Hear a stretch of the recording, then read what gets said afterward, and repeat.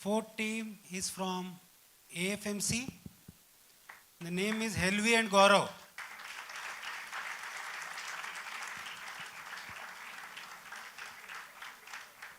Helvi and Gaurav, please come and pick up your chit. You can come.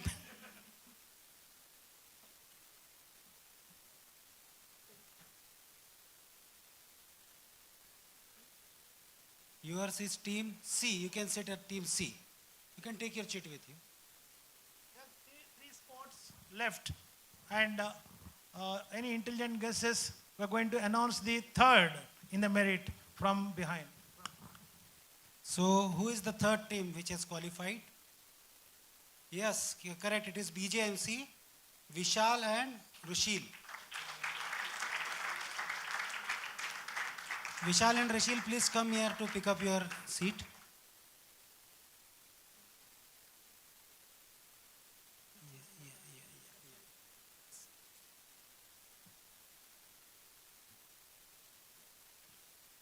Please sit at team A.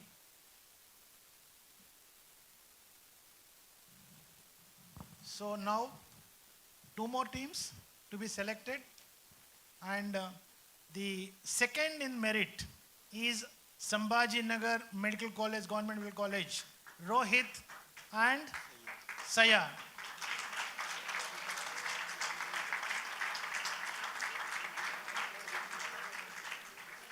And the college which has outperformed every other institute is going to come in the one. And the suspense, it's Grant Medical College. Varsha and Snehi Singh. As I said, the winners are here to teach you. All students, please learn from the quiz and get sensitized to neurology and its various wonderful aspects of learning.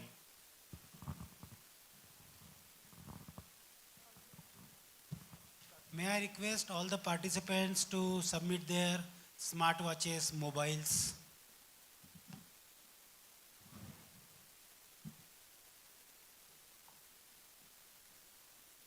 Volunteers, please collect it from them. So I hope everyone is acquainted with the rounds. I am going to reinforce them once as the quiz starts. Scorers, please be alert. And all the best to everyone. May the best team win.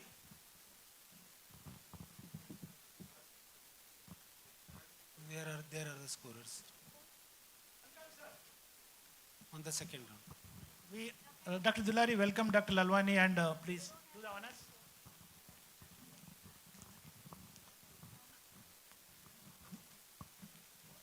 On this auspicious occasion, I would like to felicitate our Medical Director of Bharti Hospital and Medical College, Dr. Sanjay Lalwani, sir. Sir is also the... And we are very happy to have you here today, sir.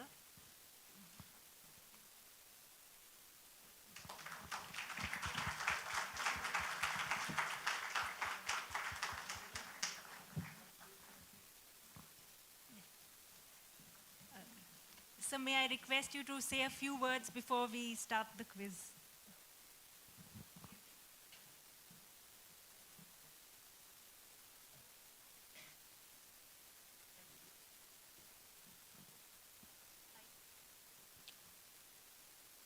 Sorry for being late. I think I must congratulate Dr. Gorti and the Neurology Department for organizing this enthusiastic neurology quiz for the undergraduates. I still remember the Indian Academy of Pediatrics started 37 years back, pediatric undergraduate quiz. When I was a lecturer here, I was quite active in those quiz, and well, I'm one of the juries. But I think having this type of quiz among the for the undergraduate student develop that specialty, there is a competitiveness among the undergraduate undergraduate students for that. And I hope the neurology subject, which when we do undergraduate studies among the subspecialty of medicine, is not one of the most liked subject because a lot of reading is involved and a lot of deep understanding is required, what I can perceive from my undergraduate days. But I am sure this type of quiz will develop a lot of enthusiasm among the undergraduates across medical schools. I am sure that we have a lot of undergraduates who have come from, they are from the same college or anybody from outside college? Delegates में ये सब students तो आए, but I think so one thing I must tell to the students undergraduate, we at a hospital here are starting a very unique program, research conference by the undergraduates for the undergraduates. Last year we just started it, but this year we are going to make it a mega event, and I think Friday morning we have a closed door meeting to see how this happens. And I have realized that the research seeds have to be sowed right from the undergraduate days. Your professor out of the box cannot really go. Young minds, a lot of new technologies have come, and we need to simulate and stimulate both the undergraduates to develop an inclination towards research, because the number of doctors who go into medical research are less than 1% even in Indian subcontinent, Indian context. We need to develop the culture right from the undergraduate days. So we have decided to have, there's a earmarked budget now for this, and we could have icons in the field of research, and a lot of sensitization sessions for undergraduates are going to come at this institute, which will not only benefit our undergraduate students, but an undergraduate students across various medical schools across the state of Maharashtra. Thank you, wish you all the best. Who wins or who comes second is not important. Coming on the dais and being very participative, I think it's the most important part. All the best.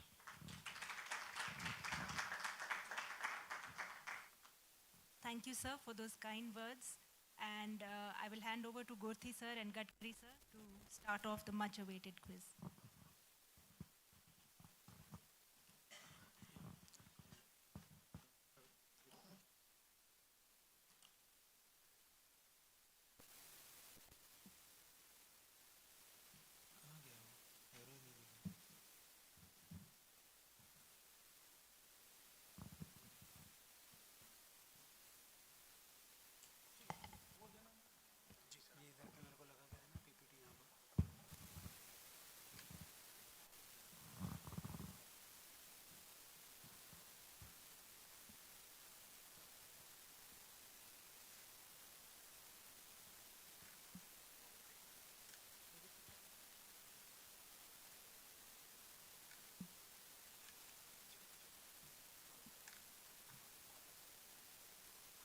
So again, whenever there is a buzzer round, premature pressing of buzzer is not going to be very productive. And in case of any dispute, the final decision will be of the quiz master, that is Gorthi sir, and our esteemed judges. So round one, which is also called as the first frontier, it's a very simple round. There will be a single best response type of MCQ question, around 15 seconds for each team to answer. Correct answer gives you +10. There is no negative marking for this round, and this round is non-transferable to other teams. If the answer is incorrect, the audience gets a chance to answer and win some prizes. Handing over to Gorthi sir.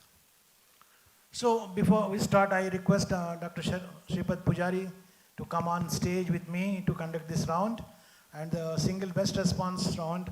So all the participating teams, starting from you are starting, Nitin, which team will cut first question? A. So A and 5 questions and back and 3. 3 questions will be per each team, okay? So let's start with the first. First is for A. A. Yeah. That thrice we will rotate. Yes. Okay. First question. A to E, E to A, A to E. Yes. The first question is. I will have to open it. Answer लिखा है हाँ, लिखा है। तो फिर carefully रहना पड़ेगा.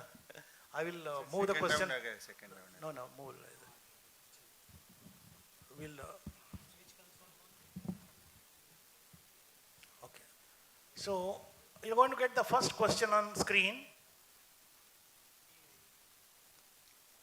The question is for team A. Who is timing? Timer का है? Time nahi. Just. Start? Yes. A 6-year-old boy Yes. suffered atypical bacterial infection, Mycoplasma pneumonia, 2 weeks ago, from which he fully recovered. He now presented to the emergency room with headache, confusion, and generalized weakness. A CT scan is going to be shown next. And which of the following is the best treatment? Is it anticoagulation, corticosteroids, antibiotics, observation, or hemicraniectomy? So I'm going to show you the CT scan. Have a look at the CT scan, team A. You want to go back to the questions, multiple questions? You want to go back? Okay, these are the questions. B, Huh? B corticosteroid. And corticosteroids is the correct answer. Give them. That's because of cerebral edema, which is seen on the CT scan. All the sulci are effaced. Next. Good. So the second question for team B. Ready? A 33-year-old lady with a history of prior DVT, ischemic stroke, antiphospholipid syndrome, presents for evaluation and desires to conceive. Which of the following medications would be the safest for stroke prevention? A. Warfarin, B. Dabigatran, C. Low molecular weight heparin, D. Aspirin, and E. Rivaroxaban. C. Good. Low molecular weight heparin. Oh, that's the correct answer. Correct. Give them a big hand. For all the Fast, anticoagulations, very nice. Next. Question 3 to the team C. Team C. A 37-year-old lady, multiple sclerosis, recently adjusted her treatment. She now presents with new onset seizures. Which of the following medications was likely added leading to her seizure? Glatiramir, fingolimod, dimethyl fumarate, dalfampyridine, and natalizumab. Option A, I'm afraid, is wrong. And the answer is dalfampyridine, which is a potassium channel inhibitor, which helps in gait of the multiple sclerosis patients. उनको देना. Oh, yes, I'm sorry. Next time. Next time. So, chocolate for me. Okay. D. Team D. Which of the following neurotransmitters is most associated with rapid eye movement generation? A. Acetylcholine, B. Norepinephrine, C. Hypocretin, D. Serotonin, E. Dopamine. Sir, norepinephrine. Norepinephrine. You shown, sir? Yep. नहीं उनको दे दो ना. Have you seen? Have you seen? देखा sir. Okay. देखा. It is wrong. It's Yeah, choline. it is acetylcholine. Okay. From next, we will give audience a chance Okay. to answer. Is team E ready? Ready? So a patient who suffered a stroke has intact sensation in his extremities. When his eyes closed, he cannot identify objects placed in the hand affected by the stroke. What is this disorder called? Option Yeah. A, AST diagnosis. Yeah. It's, It's a correct answer. Scorers. So, asterognosis. Right. So, we come back to team E only? Team E. Team E. Okay. Question 6. Team E ready? Yes. A 9-year-old boy presents with episodes of uncontrollable laughing for no reason and at inappropriate times. These outbursts last less than 1 minute, but they have been occurring more frequently over the last few months. Despite his best efforts, he cannot control these episodes. In addition, he has complained of headaches, mostly at night. His neurological examination is unremarkable. Which of the following is the most likely cause of his symptoms? Mesial temporal sclerosis, autism, hypothalamic hamartoma, use of levetiracetam, and parasagittal meningioma. Now they are not so fast. Option A, medial temporal sclerosis. I'm I'm afraid, afraid. that question is not the right answer. Audience, please. Audience, please. Try karo, Try karo. This is a unique disorder. Chalo. Yeah.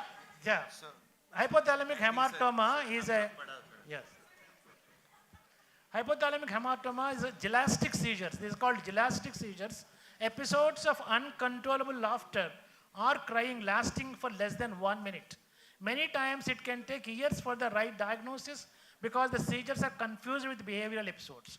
These are called gelastic seizures. absolutely and completely treatable. Yes. Yes. Next question to Question. Team D. Team D now. Ready? An 82-year-old female presents with an acute stroke. On examination, she has fluent speech with intact comprehension. She can write, but she cannot read what she has just written. Naming is impaired. What is the most likely localization for her stroke? Superior temporal lobe, angular gyrus, posterior lateral frontal lobe, splenium of corpus callosum, and inferior parietal lobule. B. Angular gyrus. audience. Yeah? No, no. Who is C? Stand, stand. Please stand and tell. And try to explain why you consider the lesion to be in the place that you. So you can write but cannot read. I believe it is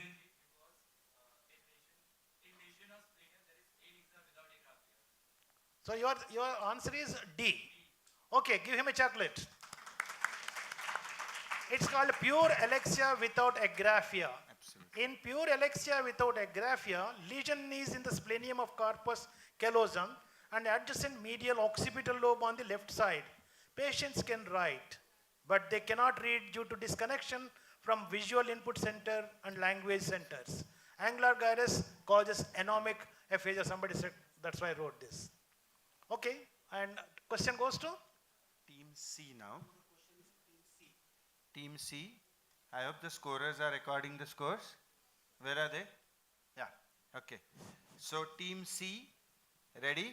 A 68-year-old man with stage 4 renal failure is receiving erythropoietin with a target hemoglobin of 14 grams per deciliter, which is the most directly increased risk as a result of this therapy. Which is the most directly increased risk as a result of this therapy? Peripheral neuropathy, ischemic stroke, seizures, dementia, or headache? Is a correct answer. Correct. Give them a big hand because of rheology disturbances and there will be thrombosis in Yes. vessels. Next. Now, is Team B ready? Okay. So, a 30-year-old male with a history of gastric bypass surgery developed numbness in his legs over the last 2 months. 3 weeks ago, he started having falls. He presented with inability to void. Neurological assessment showed prominent loss of vibration and joint position sense in lower limbs, along with mild weakness in his legs. Upper limbs were normal. His both knee jerks were brisk, but both his ankle jerks are absent. Which of the following is the most likely diagnosis? Vitamin E deficiency, D deficiency, B6 deficiency, Option defi- E, B12 deficiency. Yes, Oh, excellent. perfect. That is subacute combined degeneration of cord. Yeah, Very important sign. Subacute Absent sub- ankle jerks. Spinal deal. Cord deal. Absent ankle jerks, brisk knee jerks, upgoing plantars. Perfect. Only few differential diagnosis. Subacute combined degeneration of the cord. perfect, perfect. Next. Excellent, excellent. That was very fast. Now, question number 10. 10 goes to Team A. Ready? Team A? No, Yeah. I mean team 1. Team Yeah, one. Okay. So, a 34-year-old man presents with ascending paralysis occurring 2 weeks after a diarrheal illness. On examination, he has weakness of all 4 limbs, more distally than proximally. Deep tendon reflexes are absent.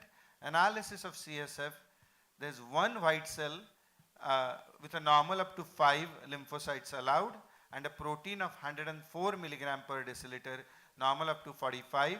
Regarding this condition, which of the following is incorrect? Corticosteroids are not indicated. Vital capacity should be measured frequently. Hypercapnia on arterial blood gas is the most sensitive indicator for the need for intubation. Blood pressure and heart rate monitoring is necessary in these patients, and intravenous immunoglobulin plasmapheresis can be used in this case. Which is the incorrect? That's the caution. Incorrect. It's everybody knows Guillain-Barré syndrome, but that's not the answer. You have to tell the answer, which is incorrect and out of the which one?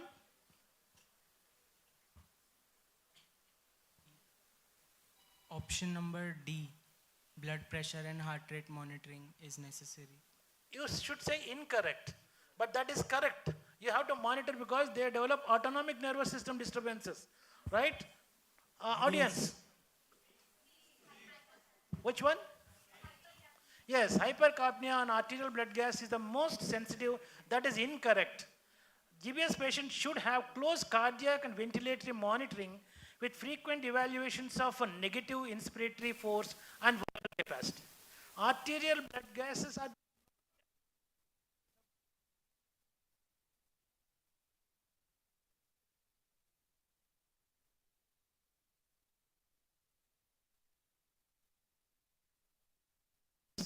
okay. That goes to next question. Again we start with it. So it is a very tough, see remember all the quiz, the participants and the audience, so incorrect, and amongst the 5, sometimes which is the relatively worst of all of them. So as you saw, all 5 in a way appeared to be Correct. not Exactly. unnecessary, but amongst them which one is to be the, that was the one that has to be. So now we go to question. The next question of the fresh round for team A. Which of the following is correct regarding diagnostic tests used for subarachnoid hemorrhage? The sensitivity of CT scan increases with time, being higher at 7 days than at 3 days from the onset of hemorrhage.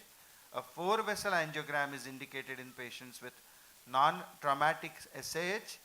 CTA of the brain is not helpful to detect aneurysm in the setting of acute subarachnoid hemorrhage.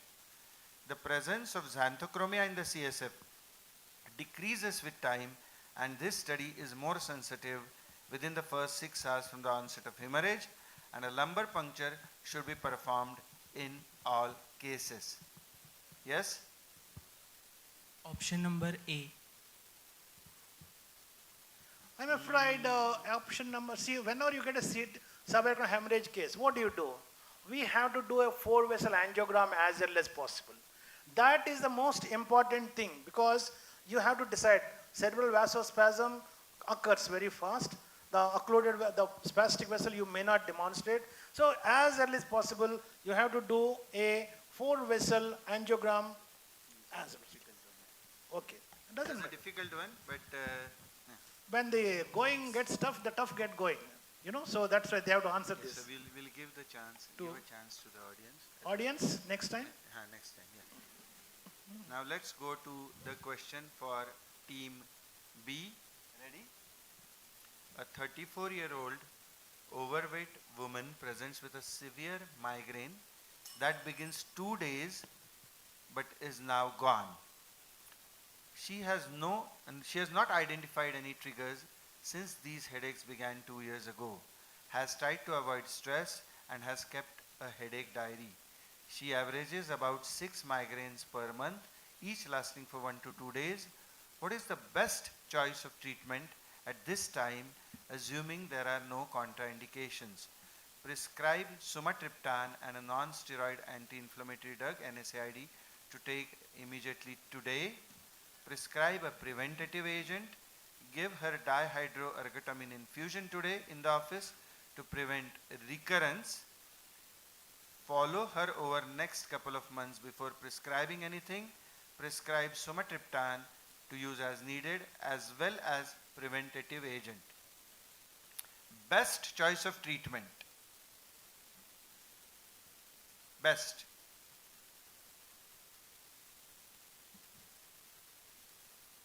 I hope we are timing the time. So countdown. 5, Last option. 4. Last option is the correct option. Perfect. Perfect. So remember, yes sir. So headache management depends on the headache diary. How many times they are going to have headache? Am I going to treat the acute episode once in a month, or if they are getting 2 or 3 episodes in a fortnight, I'll put them on prophylactic medication. Sumatriptan should not be given more than 8 times in a month because it has a sympathomimetic effect and raises the blood pressure, can cause heart attacks. Okay? Perfect. Perfect. Well done. Next question to C. Next. Yeah. C. The autonomic features of lacrimation, rhinorrhea, nasal congestion seen in the trigeminal autonomic cephalalgias are due to the activation of which nucleus? Parasympathetic outflow from superior salivatory nucleus, sympathetic outflow from the superior salivatory nucleus, parasympathetic outflow from the nucleus solitarius, parasympathetic outflow from the trigeminal nucleus caudalis, and sympathetic outflow from the trigeminal nucleus caudalis. Oh God. A bit tough, but everybody will get mixture of questions.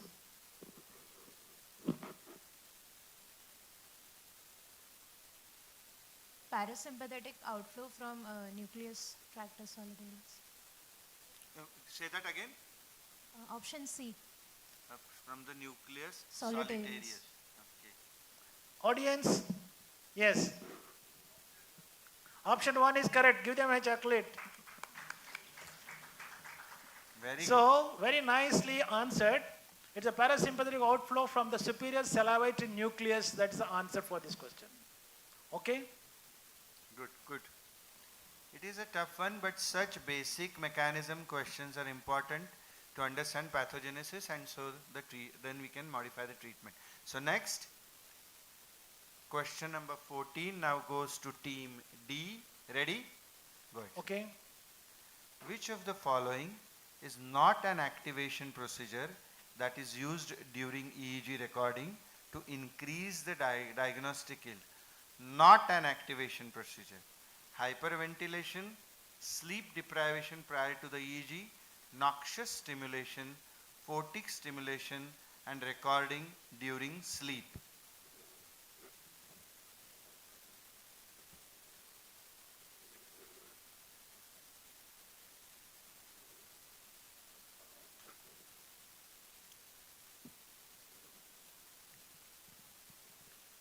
Nowadays, undergraduates are getting attached to neurology and they spend a week Sir, at C, course. noxious stimulus. Noxious stimulus is the correct answer. Excellent, excellent. So that's the one procedure which you don't employ, but hyperventilation, sleep deprivation, photic stimulation, and recording during sleep all are employed to identify the spike wave discharges or epileptiform discharges. Keep it up. Keep it up. Keep it up. It's a very core neurology question and still has been answered right. I'm really proud of these uses. Next. Okay, last question for this round. Team E. Regarding the clinical features of idiopathic Parkinson's disease, which of the following statement is correct? The tremor is typically a fast, predominantly kinetic tremor. Postural tremor is exceedingly rare and should suggest an alternative diagnosis. Frequent falling is not a typical feature of early PD, but rather occurs later in the disease course. Loss of postural reflexes is common and seen clinically early on in the disease course, and the increased tone is often spastic in quality. Option C. Option C, Frequent audience. falling is not a typical feature of early PD. Okay. There is one more also in this correct, though judges have to make a note. Audiences, any difference of opinion? Audience? I think so we should give this. B is correct.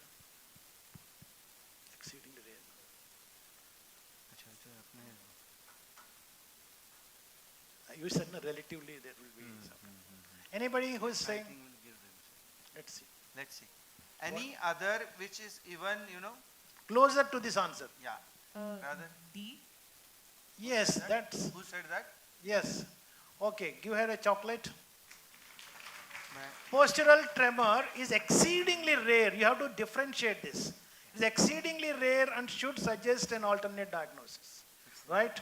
But the falls in the early also is an option. But if you compare both, which is more is the extremely rare condition. However, my judge says we should give it to them, so we give it. I think we'll give you the marks because both are good answers. Good, Okay, good. I said judge is the final law, right? Okay. So with this, we conclude, and I thank Sripad Pujari for with me in this round, and thank you very much, Dr. Pujari. And we scores they are going to tell. So I request now Winnie Wilson to join me. Dr. Winnie Wilson is from the FMC.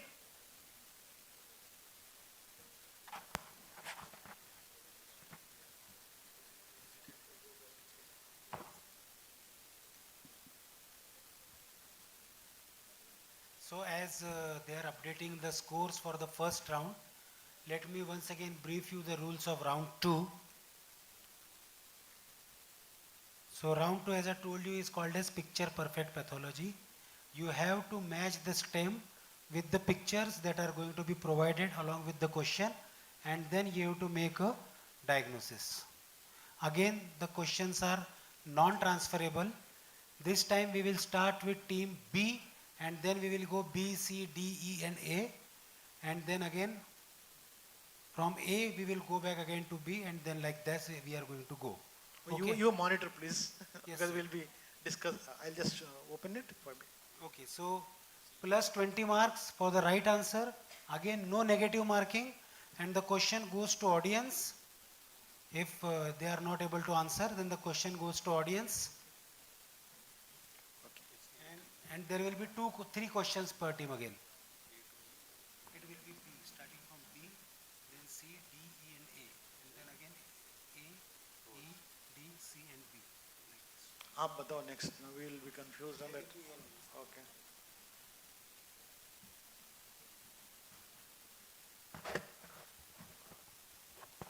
So audience, how's the Josh? How many think that the quiz is easy?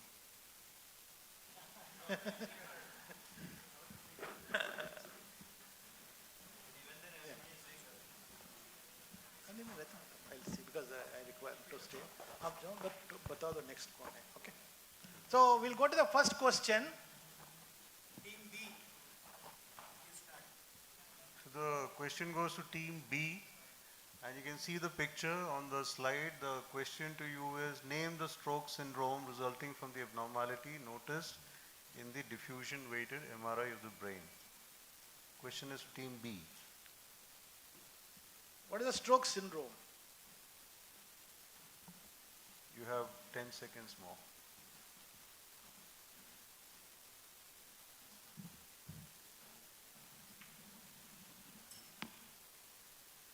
Pica syndrome. Pica syndrome is correct. What was the thing? Say? Pica syndrome. Pica. Okay, I'll grant it to you. This is your artery is correct, but what is that you see there of the MRI? What is that syndrome? Clinical symptomatology. Wallenberg syndrome. Wallenberg. So, I think we can give that. so we'll grant it to you. Team B, excellent show. The next question moves to Team C. Team C, are you ready? And the question is this. Name the stroke syndrome resulting from abnormality shown in the MR angiography of circle of Willis? Look at the vessels.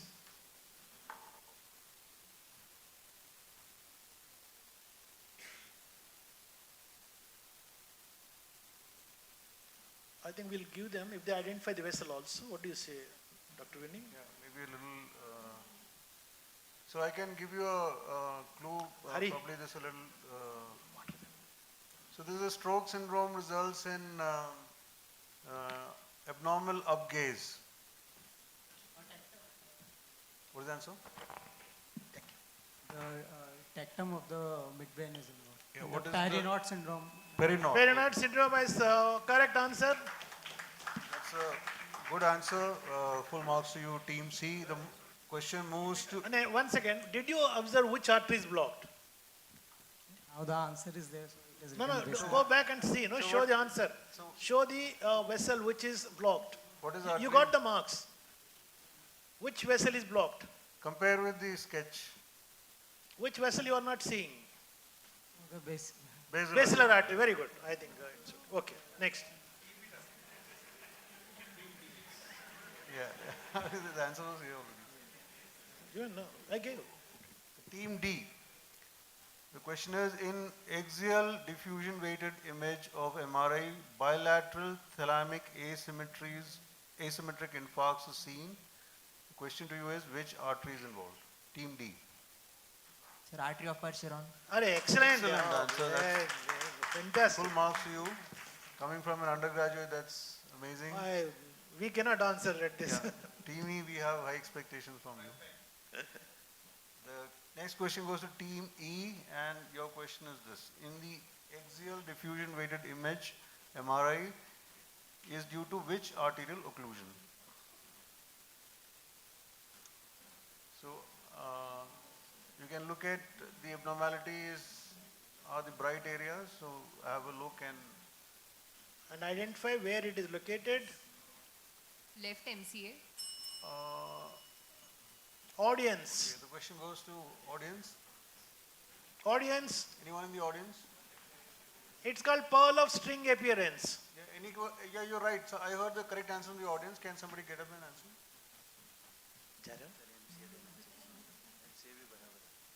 But this is large vessel occlusion.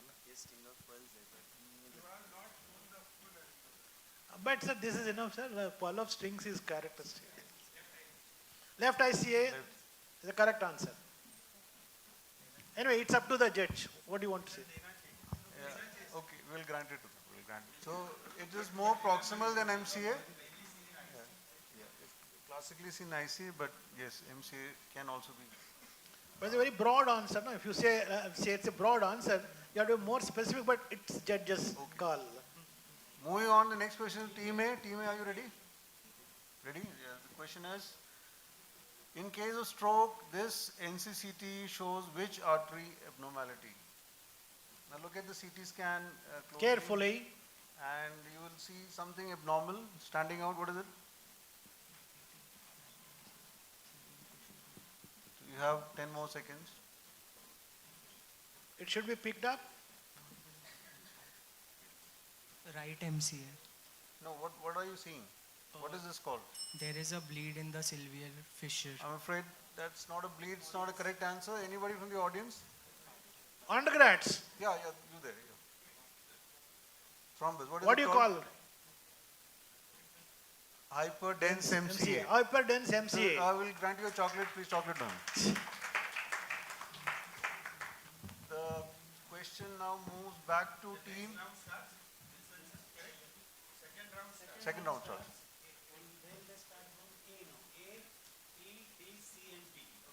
So, A, E. Team A, are you ready? Team A. Team A is ready.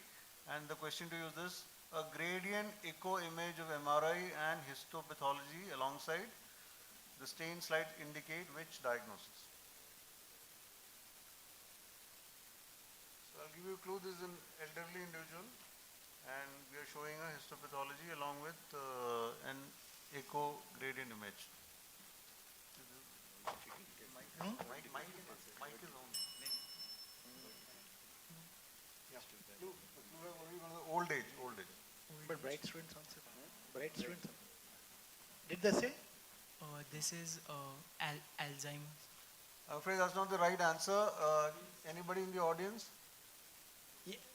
Yes. Anybody audience? Yeah, you there. No, I'm sorry, that's not the right answer. Old age. What are you seeing on the MRI? MRI you seeing?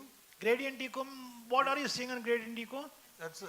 Amyloidosis. Amyloidosis. Who said that? Okay. There's the chocolate. Chocolate there. Okay. Cerebral amyloid angiopathy. The next question goes to team B, right? Team B? Team E. Team E, right. So team E, are you ready? Your question is here. Okay, next. Identify the abnormality shown on the axial T2 weighted MRI image and the gradient echo. So you, to the left you have the T2 and to the right you have the gradient echo.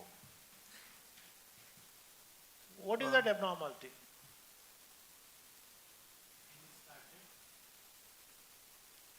Which team is doing? Okay. We didn't announce the scores, I think. We didn't announce the scores. Sir, ependymal cyst. I'm afraid that's not the right answer. Anyone in the audience? Yeah, there. You want to answer? You want to answer? Yeah. Go ahead. Yes. Sorry? Vascular malformation is said. Vascular morphic. Okay, chocolate to you. This is a cavernous Malformation. malformation. Okay, that's good. Right. What you are seeing on gradient echo is a hemorrhage. Okay. You see what is the dark thing which you saw is a hemorrhage. Okay. So the next question is to team D. Team D, you ready?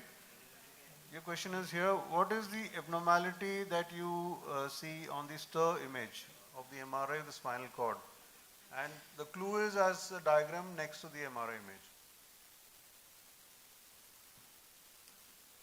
And because you probably cannot make out what the abnormality is, this is the abnormality. Can you see? Can you see the abnormality? On the posterior aspect of the cord, you can see some dark dots. Sir, artery of Adam cubics infarction. Artery of? Infarction due to artery of Adam cubics. No, I'm No, no. sorry, that's not the correct answer. Anything? Anybody Anybody? in the Audience? Yeah, some. Anybody in the audience? so no. The clue,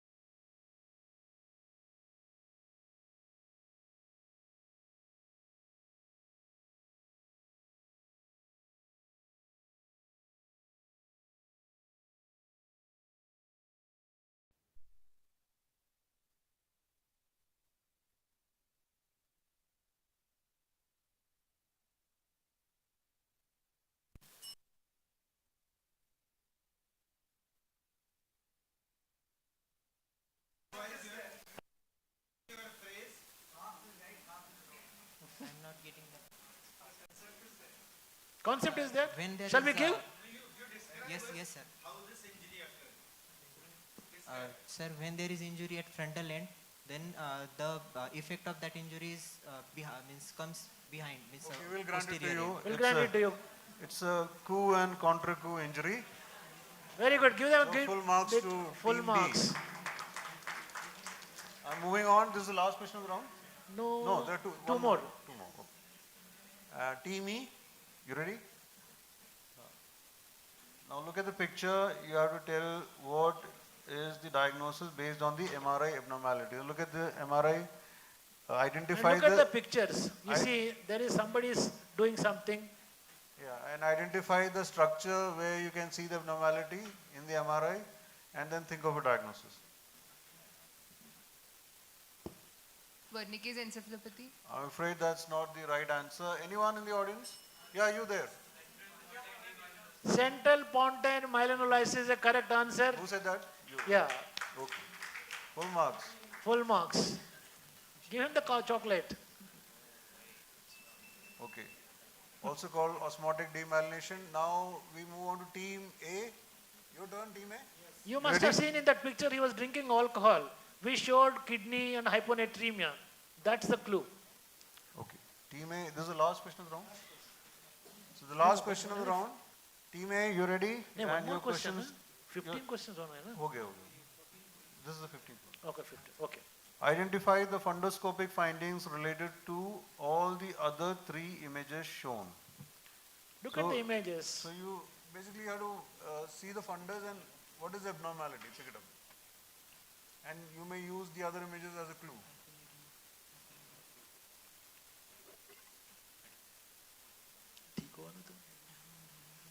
So you have to say what will be your diagnosis looking at the fundus image. The fundus image is the colored image you see on the bottom left. Amaurosis fugax. No, I'm afraid that's not the right answer. Anyone in the audience, if you see this fundus finding, what would you, yeah, you there. Can I re-answer?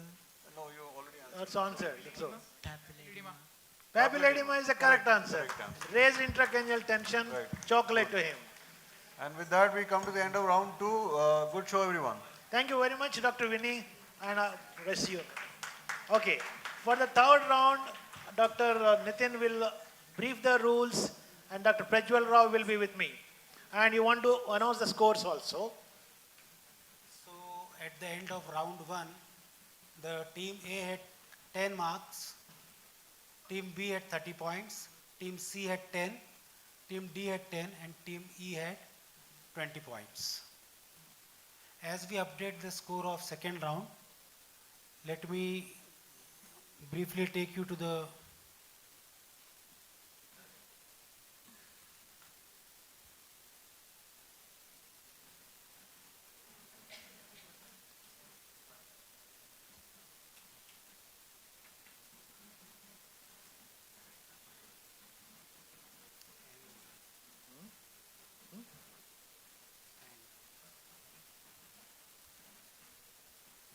At this stage, the total is shown, it will be changed subsequently.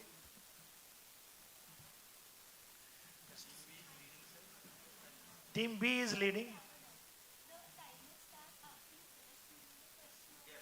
it starts after the question is finished. Don't worry. It's not coming there, no? So why don't we? I will just explain the rules. So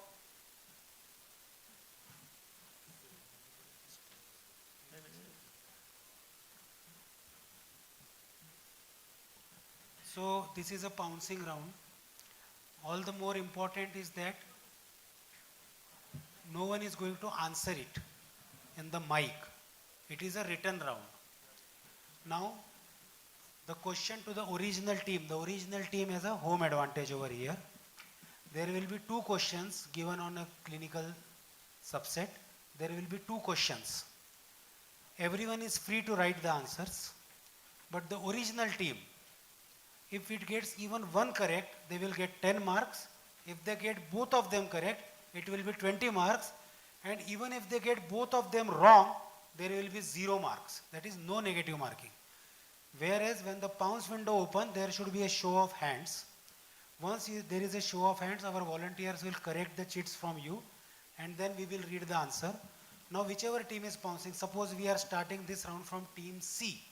So team C has the home advantage. All other teams are called as the pouncing teams. Suppose team E tries and team E gets only one answer correct out of the two. They will get minus 10. If they get both the answers correct, then only they will get 20 marks. Is it clear to all the teams? If suppose one correct and one wrong? Then it is minus 10 for the pouncing teams. For the original team, it will be plus. Have to have both the answers correct.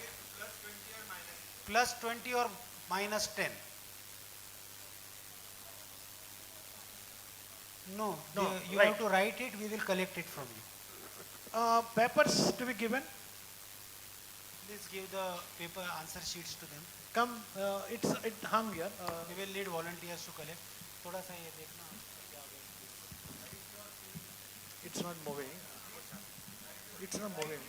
It's not moving. अभी change हुआ है, पहले नहीं हुआ था. Wait, got on.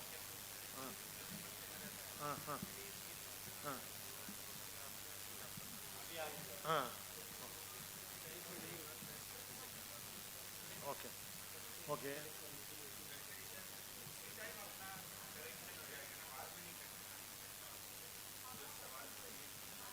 थोड़ा इधर रहना, you be around, no? Don't go. Okay.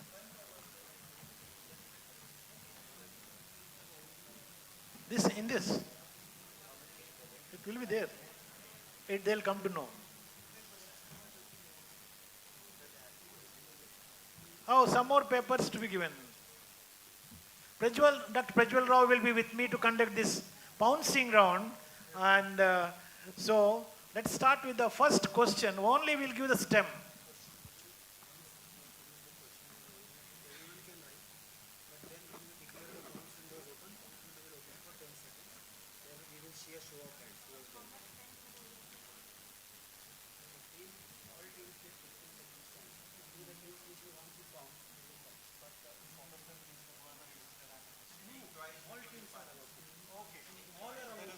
But they have to choose whether they want to opt for it or not.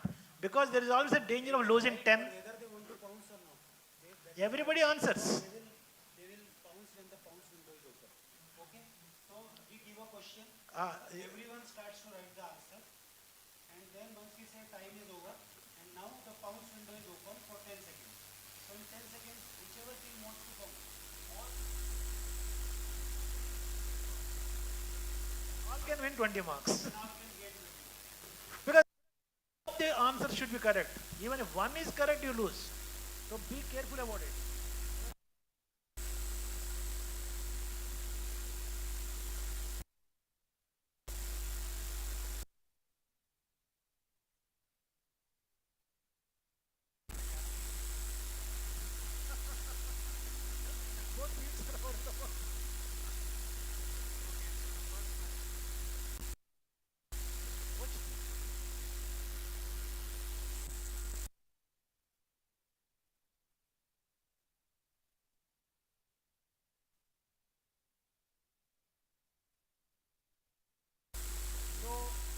Third round, and your home team will get the advantage. The first. All of you will write, but team C first. home team, no negative marking. Pouncing team, plus 20 and minus. Home team, when one is correct, they get 10 marks. Okay. So a 65-year-old right-handed man presents with the history of tremor, predominantly limited to actions such as writing, drawing or holding objects. There is also head tremor. There is positive family history of similar complaints, and alcohol use improves these symptoms. So the question is, what is the most likely diagnosis? Second question also. The second question is, what is the next diagnostic step and therapy?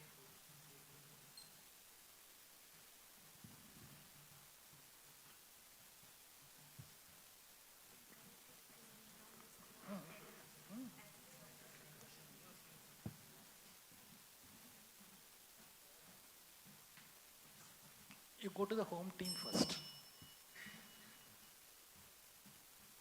Okay, the pounce window is now open. Whoever wants to pounce can raise their hands.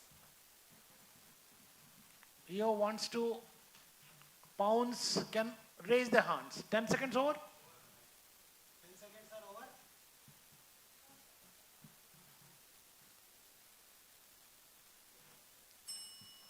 Okay. No. You can tell the answer. I think the answer is, first one is correct. I mean, this is essential tremor. The second one was a bit tricky. You answered the MRI? diagnostic step as MRI and therapy as Primidone. So primidone is correct. MRI is not correct. MRI, why do you think? Yeah, so usually, yes. So I think the answer given here is dopa PET to rule out like Parkinson. But Because, I think we can give it to them, sir. Huh? Because No, I don't know. You judges, you decide. I think, yeah, both are fine. Well, Okay. Plus 20 to C. Okay. Now so MRI doesn't show any finding in this. It only shows atrophy. Whereas dopa PET will give you an answer.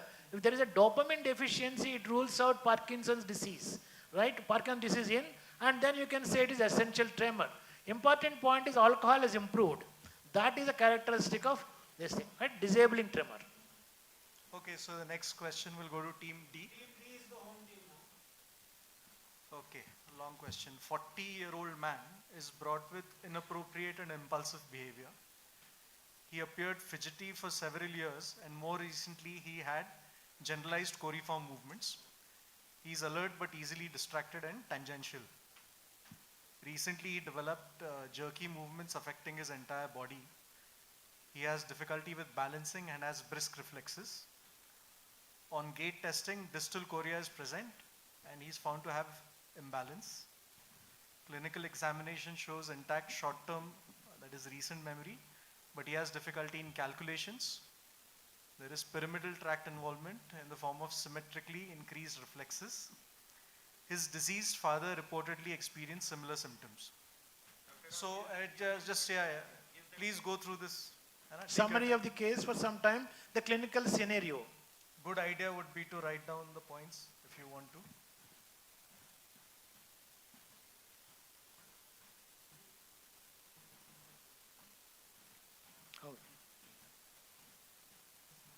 Question. So we'll go to the questions based on this clinical scenario. What is the most likely diagnosis? That is question 1. Question 2 is, what is the next diagnostic step? What is the molecular or genetic basis of this disorder? Doesn't matter. Take it.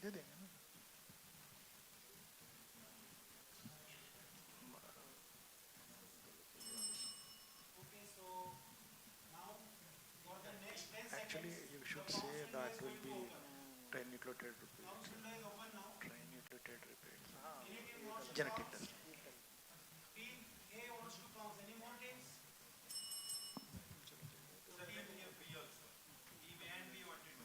तुम कर दो, बता दो तुम.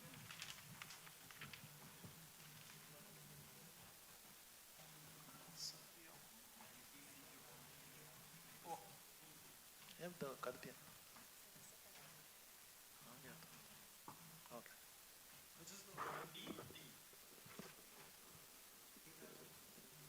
Okay.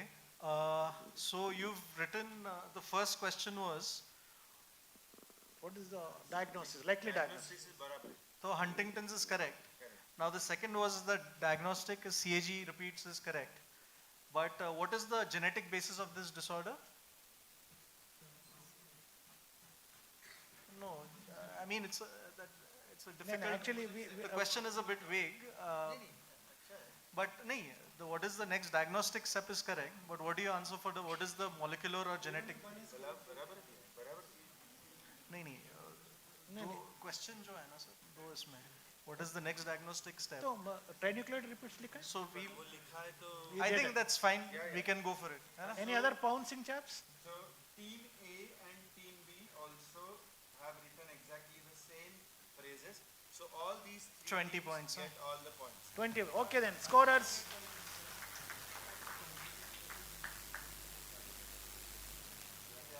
That was not in the question. Actually, the answer is wrongly written here. Don't pay attention to that. Okay, now Team E. A 28-year-old woman presents with subacute onset of psychosis following a flu-like prodrome. She's making odd statements, yelling at an imaginary attacker. Several weeks into the illness, she becomes hard to arouse, disoriented and tangential. Her vital signs have fluctuated irregularly throughout her hospital stay, and she had abnormal facial movements. Then she developed a seizure and continued to decline. She no longer recognized friends and family. She's disoriented to time and person and place, and she started spending the whole day sleeping. Okay, please see Go the through history a the little scenario. Quickly understand.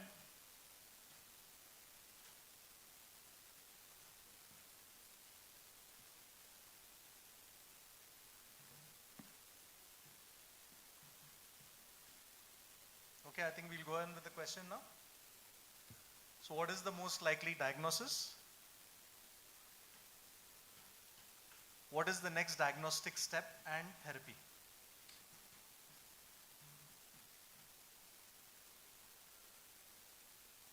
Any one answer will get you marks. The second column, B. Actually, the questions are good because even if you write something right about it, you're still going to get that. Yes. I think we can collect the... Okay, so team E, you can give your answers. And the pounce window is now open for 10 seconds only. All the teams which want to pounce can raise their hands.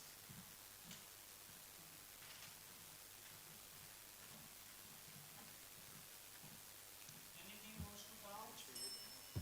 Pounce window is closed. So I think you have answered as frontotemporal dementia, and I don't think that's not correct. This is a rather, FTD is insidiously slightly progressive. It doesn't go on so rapidly. No pouncer, huh? No. Anyone in the audience? Audience? Yeah? CJD. Good differential, good thought. It's good, but it...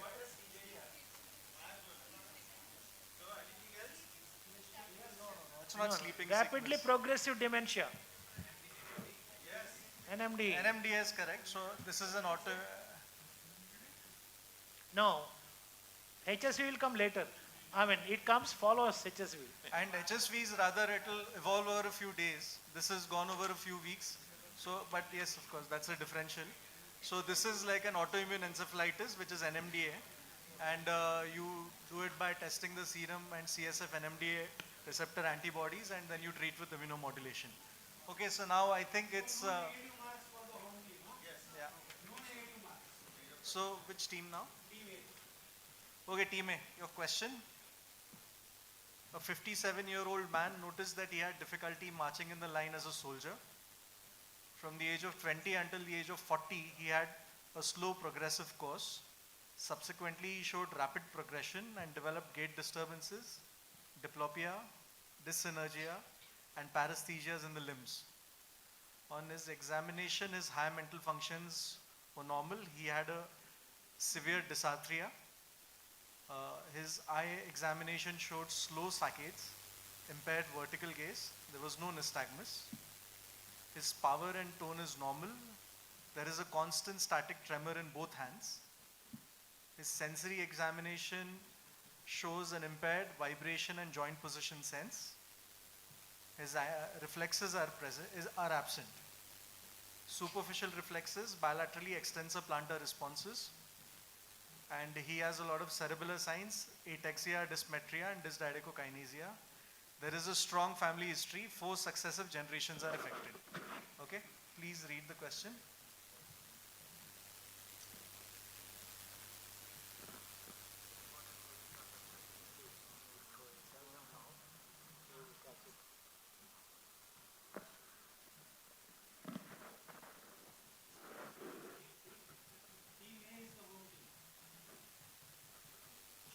The question, what is the most likely diagnosis? And part B, key of the question is what is the next diagnostic step and therapy?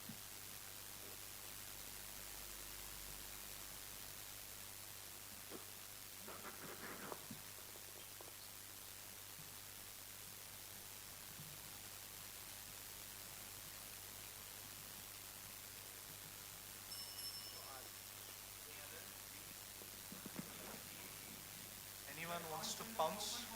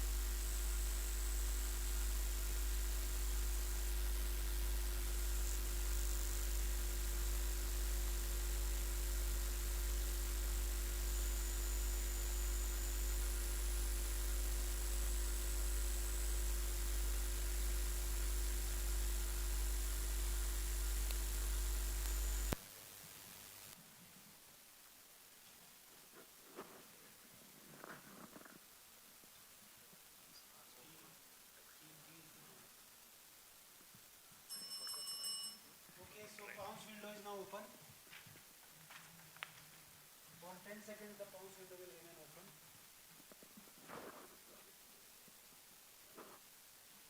Does anyone wants to pounce? No? So I think they've just written one thing, which is what is the most probable clinical diagnosis, where is the lesion? So you've written a frontal lobe lesion. Okay, It is not lobe lesion, no. What syndrome is, let us start there. So what is the syndrome called?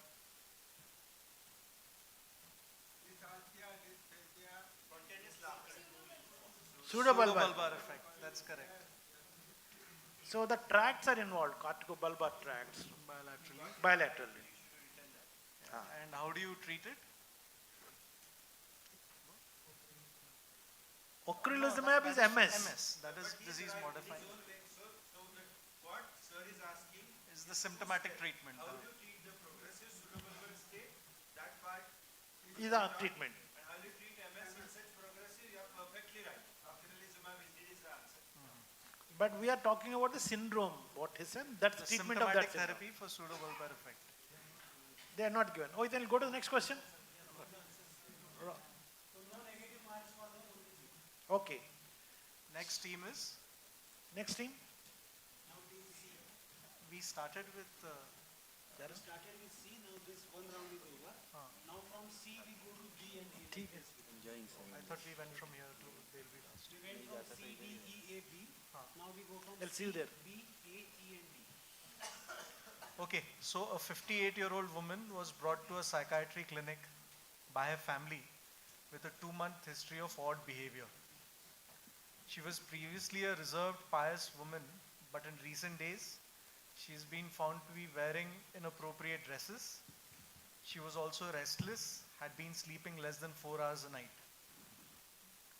On examination, she seemed distinctly restless and her speech was pressured. She made lewd remarks and joked inappropriately. She would imitate the gestures of the examiner and she pretended to be holding a stethoscope and auscultating the examiner with it.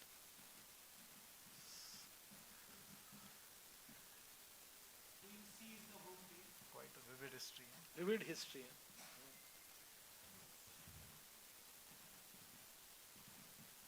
So this is a 2-month history.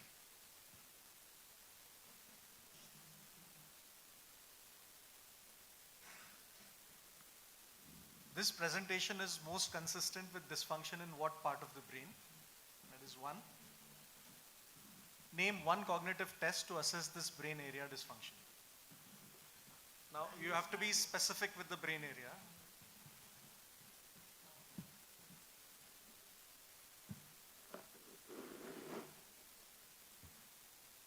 So naming a broad area or a broad lobe will not be sufficient. You have to narrow it down.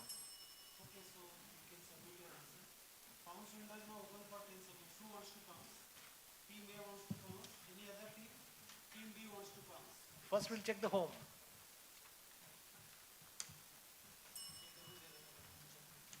So temporal lobe is incorrect. What is that? Can we see this? No, they've just said temporal lobe. Now this is frontal lobe and you've written MMSE. This is team 1. No, frontal lobe. And what does this FFI mean? Fatal familial insomnia. Okay. And team B is also written frontal lobe and frontal lobe assessment battery. But we require both the answers to be correct. Yes. Now, again, now If you test is okay, but test the first is one, okay. Localization, you want to go a little deeper into the frontal lobe. we said no, which part of the frontal lobe?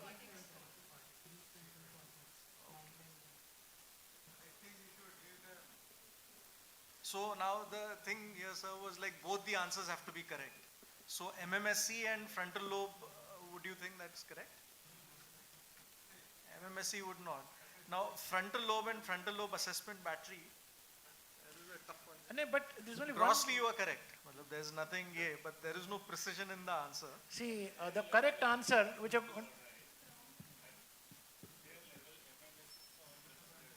MMS is screening test, sir. They should know frontal lobe test. That was what I want. That's correct. Orbitofrontal lobe, That we would have wanted been specific. Nice to hear, but what do we do, sir? Okay, so this team B, I think we'll give, MMSE is not correct. A frontal lobe, we would have said. It's only screening test, no sir, we don't give. So team A does -10 and I think team B gets the points. Okay. Nothing. Team C hasn't done. 0. Now question to team B. Okay, question 7. A 51-year-old man with no significant past medical history presents with the history of jerking movements of the right arm and leg for 1 month, confusion, naming difficulty, and memory lapses. His neurological assessment is normal, but for the periodic jerking which he has in his extremities. Only 2 laboratory abnormalities are seen. There are increased white blood cell count, hyponatremia, and elevated CSF protein. And this is the MRI. Okay, so it's a 51-year-old man with episodic jerking of the right arm and leg for a month. CSF proteins are elevated. He has hyponatremia.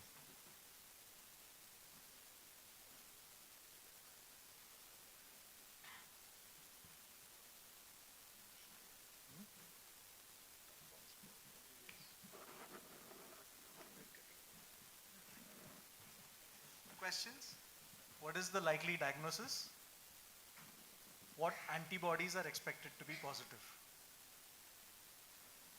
I think A and B, the answers are pretty interlinked.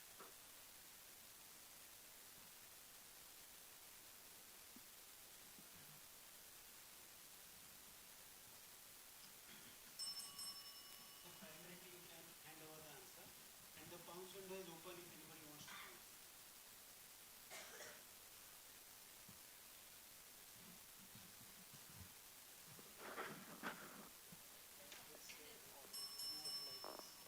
So you've not written anything? Audience, you have seen the MRI picture. You can guess the diagnosis. Close to it. Limbic encephalitis. Correct. encephalitis. Who is that? Yeah, give him a chocolate. You know, judges are asking me, why have you kept such tough questions? But last time our experience is, they were much better than neurologists who are here. So we had to keep the quiz very tough. Young brains do a lot of learning. They may not be able to translate onto the patient care, but they got a lot of knowledge inside. So we have to keep the questions very tough. As you have seen, 75% they are answering. So we have to keep the questions tough. So hyponatremia with limbic encephalitis. So this is LGI encephalitis. Yeah. Okay, we'll go to the next one. Team A, a 32-year-old previously healthy woman presents with left leg weakness and urinary incontinence that developed over the course of 1 day. She has never had this or other neurological symptoms previously. Her thoracic MRI showed an enhancing lesion at T4 and her brain MRI is shown. Thoracic MRI we didn't keep. Brain MRI you can see.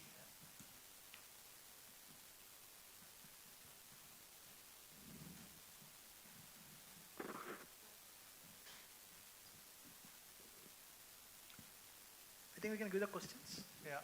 What is the likely diagnosis? And how will you treat her acute episode and for how long?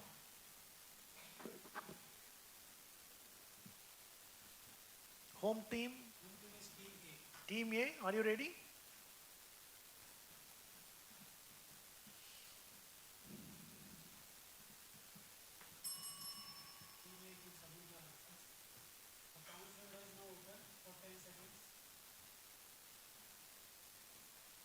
I think because of negative marking, nobody is attempting.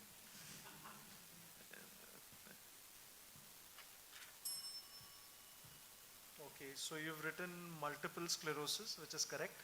You can see those Dawson's fingers. For the treatment, you have written We said natalizumab. acute episode. We wanted acute episode treatment. You should we give them a chance to answer that? Or Yeah, we will give them, but you have shown the answer. Oh,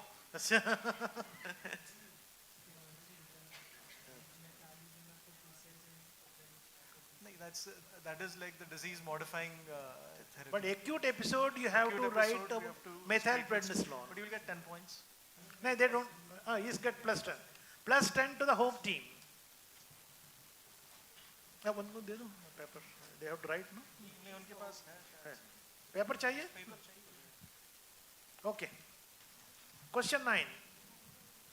A 42-year-old Which woman team? presented Team with E. low-grade fever for 1 month duration. 42-year-old woman with low-grade fever for 1 month duration, headache, photophobia, and neck stiffness for at least 1 week, and altered mental status on admission. CSF opening pressure was 30 centimeters.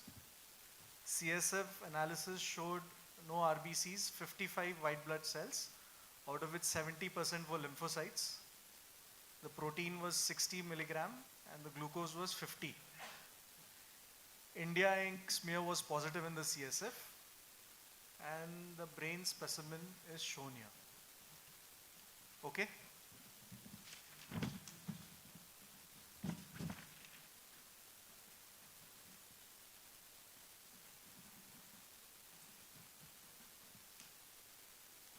We'll read the question. What is the likely diagnosis? What is the initial treatment?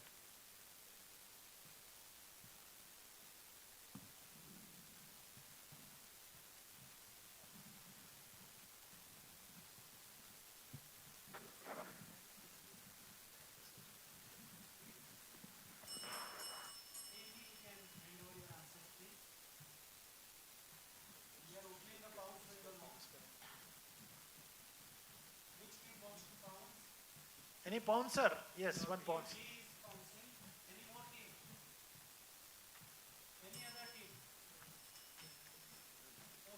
Excellent, excellent, excellent, excellent. Okay, very good, Team E. Team E, well done. So it's cryptococcal meningitis And what the pounce team wrote? and amphotericin B. Very good. And fluorocytosine. And you have also written liposomal amphotericin B, which It's is correct, also, which correct. is even more correct. So cryptococcal meningitis. And very good, both of you. Both teams get 20 marks. Okay, I think this is the last question. Last question, huh? A 62-year-old woman presented with a 4-month history of paresthesias that began in her toes and later extended up to her shin and began involving her fingertips. Over the prior few weeks, she had noticed herself to be tripping more frequently than usual. Her motor system examination showed bilateral foot dorsiflexion and plantar flexion to be grade 4. Wrist extension was 4. Otherwise, motor examination was normal. Sensory examination showed reduced sensation to all modalities in the feet. Deep tendon reflexes were absent. No family history of neuropathy, and there was no evidence of hammer toes or high-arched feet. That is, there were no skeletal deformities. EMG nerve conduction study showed a demyelinating neuropathy with mild axon loss. Serum monoclonal protein immunofixation showed an immunoglobulin M monoclonal band. So there was an M band in the protein electrophoresis. 4-month history of progressive sensory motor weakness. In a 42-year-old lady. In a 62-year-old. 62-year-old.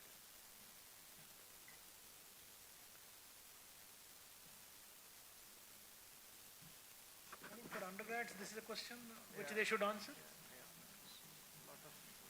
Lot of details are given, so they should pick up the clues. Okay, we'll read the questions. What is the likely diagnosis? Give and let them see. Okay, and what is poem syndrome? That's a clue. But they have to enlarge, you know, to the poem syndrome, they have to write the whole thing.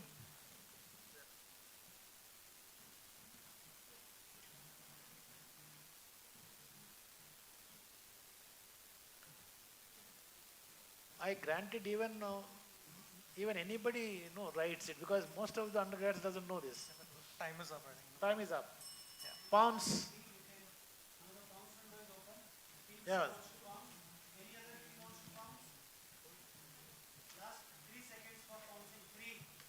Two. Who's the home team first? Home team is here. So your diagnosis is CIDP, which which is correct, I think. Poem syndrome you've written as CIDP, which is a neuropathy. Osteoclastic lesions. VEGF, myeloma, skin changes. So It's not fitting into the answer. Okay. What the bouncers say? this is T. Team C is written monoclonal gammopathy poems. And you have written paroxysmal. And Can you read that? What did you write? it looks like a liquid encephalopathy. I'm sure that's myeloma syndrome. Leukoencephalopathy? No? Poem syndrome का full form. So team 1 is B is written poem syndrome, polyneuropathy, organomegaly, and endocrinopathy, and protein and skin changes. I think we should give them. We should give the team B is a pouncer team. Endocrinopathy is written here. But they have written it. They have written. Yeah. So I think team B gets the 20. Okay, that's nice. I think we have finished the room. Thank you very much, Prajwal, for being here and sparing your time. Thank you. Team C is minus 10. Achha. Oh. Team C is minus. Thank you, sir. All right. So we'll go on to the, you want to have a break or something? Or go on to the next round? Next time, but explain the rules. Yes, yes.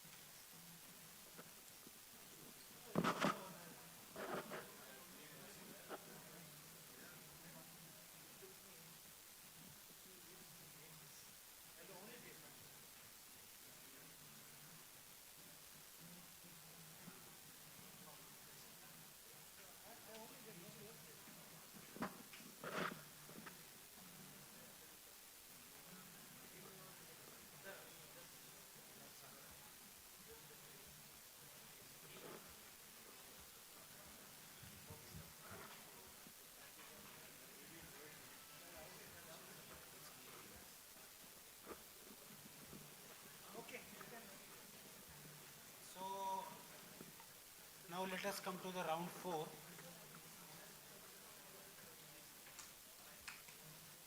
Round 4 is called as Neurology Nexus.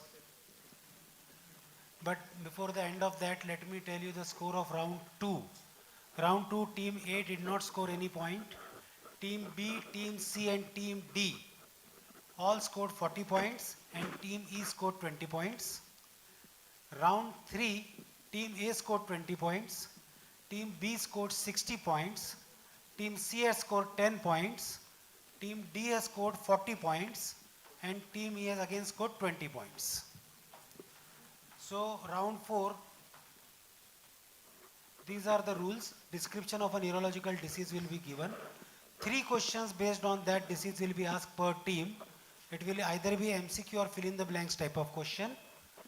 If the team passes and when we say that the buzzer window is open, then only the other teams can press the buzzer. Or if the team answers incorrectly and we say it's wrong, the buzzer window is now open, then only you will press the buzzer. If anyone presses the buzzer prematurely, that team will be given -10 and they will not be allowed to answer that. Is the rule clear? So use the buzzer but use your intelligence also. Time is again 15 seconds per question after the quiz master has done reading the question. Yeah. And all the teams are negative mark. There is no home team over here. You can once check the buzzers.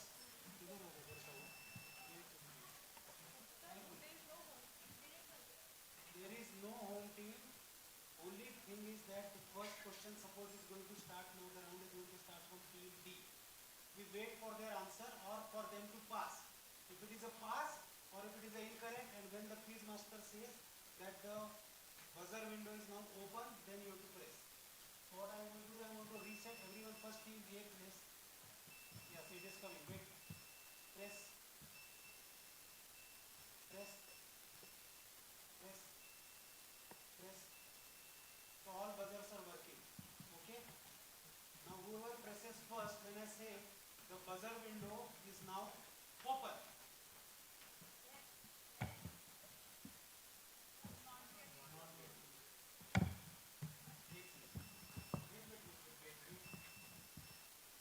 Buzzer window is now open. 5 is pressed. Okay.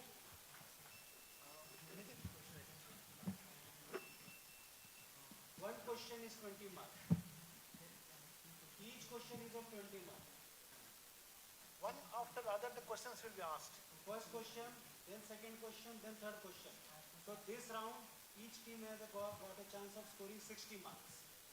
And the questions will be asked to the same team, all the three They questions. will be asked to same team, that is team D first, because the round starts from you.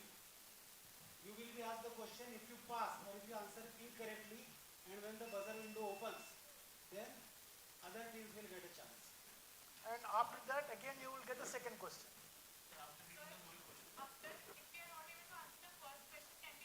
Yes, yes, you will go to the second question. But will you open it for the buzzers, others? First question, if they don't answer, First first team. question, if you don't answer, if you pass, then it will be open for the buzzer. Then just tell the question I will. Let you be here. Timer will start after the first question is read out by the quiz master. Okay, you can, we'll start it with which team? We will start with team D now. Okay.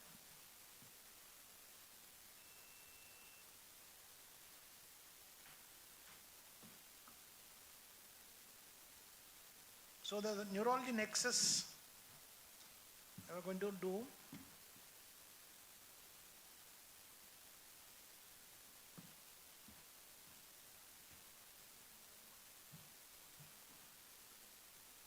Okay.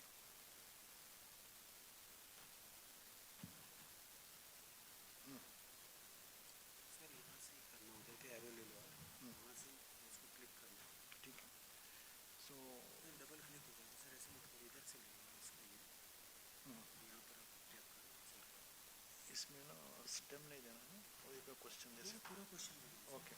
All right. Question 1, 2. Which team? Team D your question A 47-year-old perimenopausal woman with a history of episodic migraine and prior idiopathic deep venous thrombosis in the right leg presents with a sudden onset predominantly left-sided headache.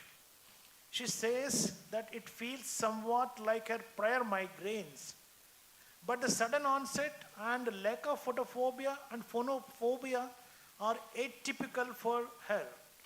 On fundus examination, venous pulsations are absent. What is this finding concerning for? Is it diminished flow to the anterior circulation, increased intracranial pressure, diminished flow to the posterior circulation, carotid cavernous fistula, vasospasm?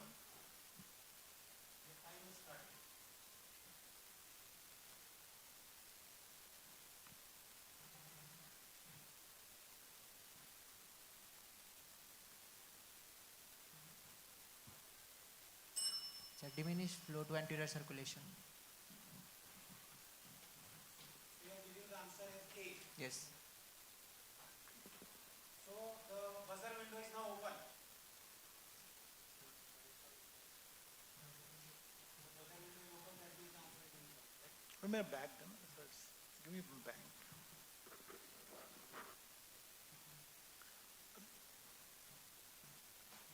That bag. Okay, the buzzer window is closed now. Any audience, anyone wants to give the answer? Yes. Increased intracranial pressure? Yes, give them a chocolate. Okay, the next. So minus for them, minus 10 for them, because they answered it incorrectly. Now again the second question is for you only.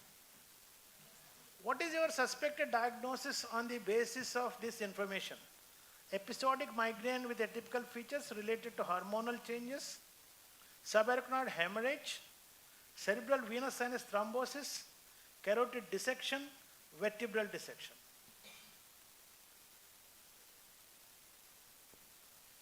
Sir, C, cerebral venous sinus thrombosis. I think correct answer. Correct answer. Third question for you. What test do you order next on the basis of your clinical suspicion? 4-vessel angiography, brain and neck computed tomographic angiography, hypercoagulable profile, brain MRV and MRI, and contrast enhancement brain CT.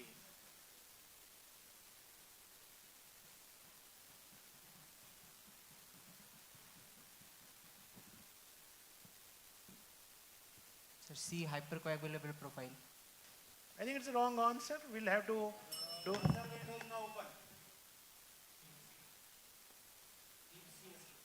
Team CS breast? Okay. Brain, MRV and MRI. That's correct answer. So, now this question is not there. Yeah. Okay. So, no, this question is not there, first layer. This audience. After evaluation confirms the diagnosis, what is the standard therapy that should be started? Aneurysmal coiling, if endovascular approach is possible, sumatriptan injection, heparin IV, decreased blood pressure with close monitoring of mean arterial pressure, stenting of the involved vessel. What is the audience answer? Heparin. What's correct? So we'll go to the second question. Okay. Okay. I'll request Dr. Sinha to join me. Sinha sir, come.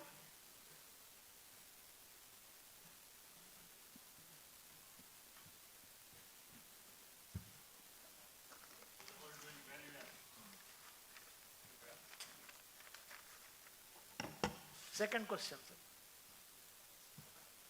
Yeah, this one. Question is, a 30-year-old man with a history of frequent migraine with aura has had several TIAs. Family history reveals that his father also had migraine with aura and later developed an unknown neurological disease. When questioned further, the patient says his father developed dementia in his 50s and had multiple stroke and TIAs and lost the ability to walk, requiring a wheelchair shortly before his death at the age of 61. What diagnosis do you suspect? Mitochondrial encephalopathy with lactic acidosis and stroke-like episodes, a recurrent migrainous cerebral infarction, cerebral autosomal dominant arteriopathy with subcortical infarct and leukoencephalopathy, that is CADASIL, primary central nervous system meningitis, and E, moya-moya disease. This is team B, sir? E. Sir, option C, CADASIL. Yes, that's correct answer. Yeah. You can go to the next question. Yeah. Which chromosome is affected in this disorder? A21, B3, C17, D19, and E11.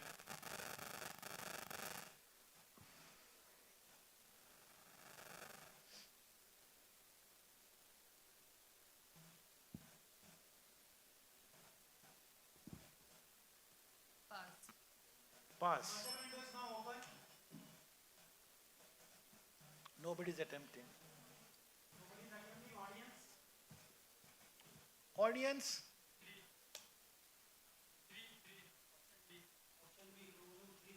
It's a notch protein, that is 17. Okay. It is for the team?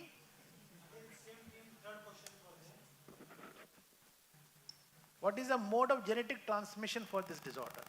Option D, autosomal dominant. Yes, that's correct answer. Okay.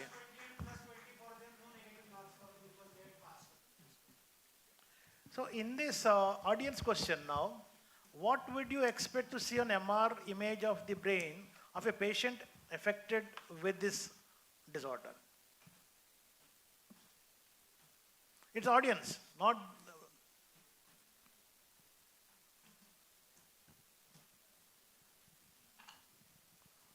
If anybody is. Option No, it's not wrong. It's wrong. You have to look at the temporal lobe. Abnormalities on temporal lobe are characteristic of CADASIL. Extensive confluent deep white matter changes. We'll go to question 3, sir, which. Okay.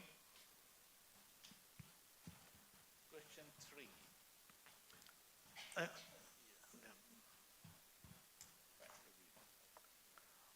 A 58-year-old man presents with a left-sided headache and neck pain that occurred during weightlifting. He has concern because he felt like his left eye was droopy. On examination, there is ptosis of left eye. The question is, what is the cause of this finding? Overactivity of parasympathetics, impairment in oculomotor nerve function, underactivity of sympathetics, underactivity of parasympathetics, overactivity of the sympathetics.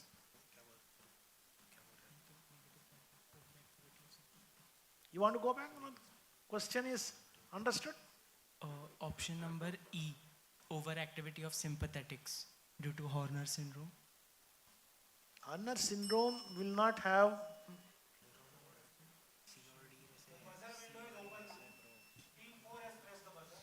Sir, option C, underactivity of sympathetics. Underactivity of sympathetics is the correct answer.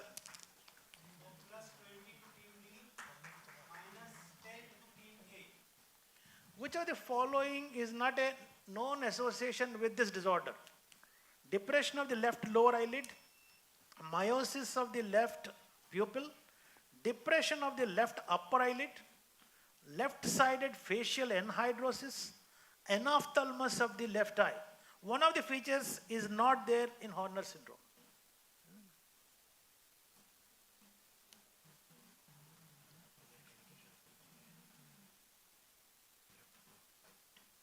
Option number A, depression of the left lower eye. Is the correct answer.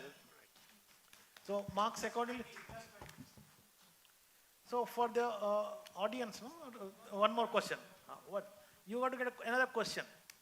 You tell us what are the muscles involved in ptosis. Name the muscles. LPS, levator palpebral superioris. The frontalis in ptosis. We are asking about sympathetic dysfunction. What are the muscles that are innervated by sympathetics? One is levator palpebral superioris. Muller's muscle. Muller's muscle. I think that's correct answer. Okay then.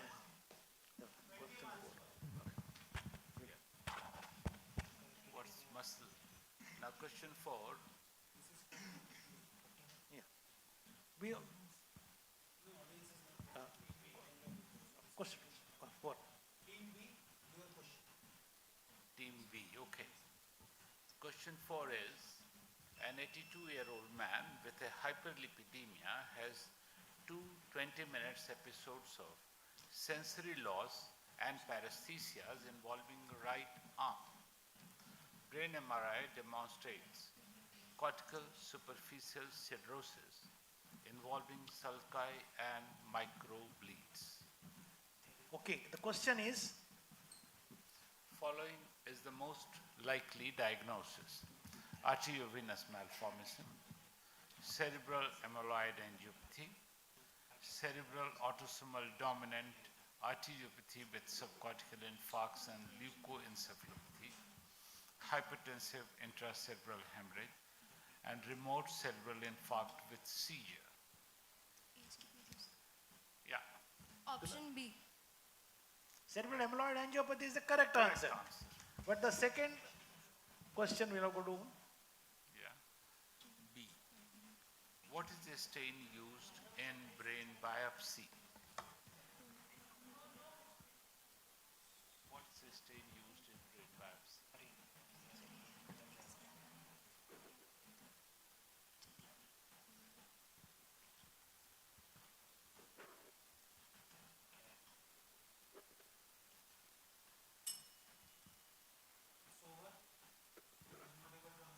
It's over? Pass. So the buzzer window is open. One is pressed. Because last time we had pressed there, so we thought. After saying open, you press. I am resetting it. Team 1 is not allowed to press now. -10 for them. After I say open, they will be able to press. I am resetting it. The buzzer window is now open. 5 is pressed. Congo red stain, apple green bifringes is seen. That's correct. Correct answer. Plus 20 for them. Next question. What is the histopathology description of amyloid?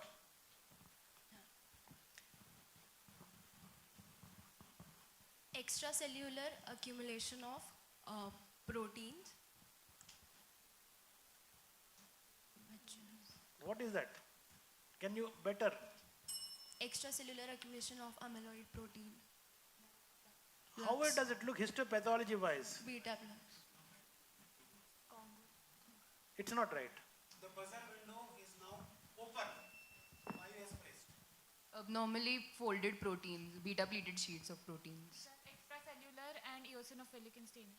Eosinophilic material, granular material is the correct answer.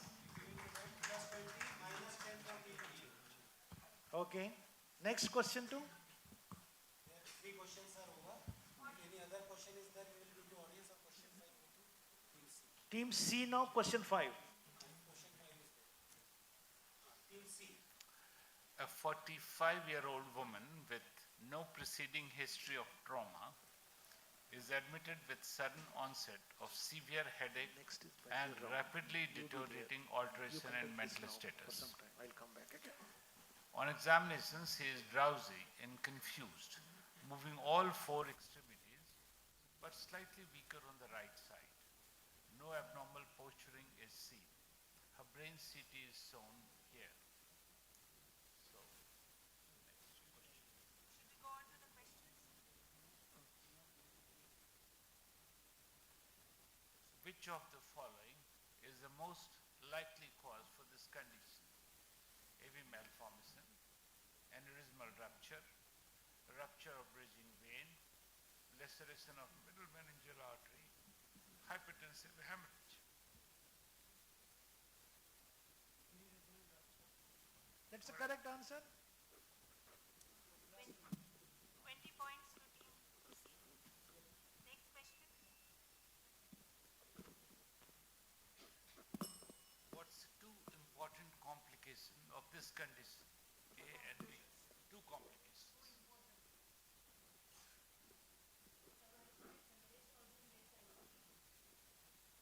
That's one. Hello. Hemorrhagic stroke. That's the disease. Raised What are the Raised complications? ICD. Hemorrhagic stroke. 2 complications of SH. Second is wrong.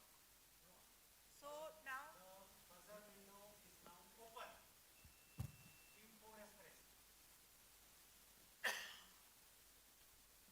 Sir, there is, apart from these, there is a third nerve palsy associated with subarachnoid hemorrhage. Complication. What happens after Sir, raised ICP coning. Okay, raised ICP and coning.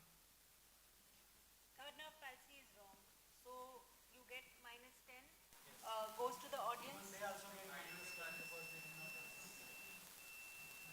And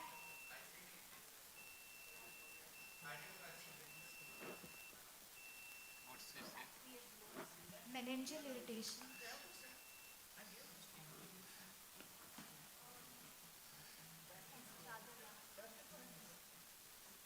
What's happening? so in this round, no one gets correct answers. Both teams get -10. Actually, in this, the important complications which you should know is 2. One is rebleed and cerebral vasospasm. Subarachnoid hemorrhage is followed by these 2 very important complications for which you should be aware. There are other complications, but very important are only 2.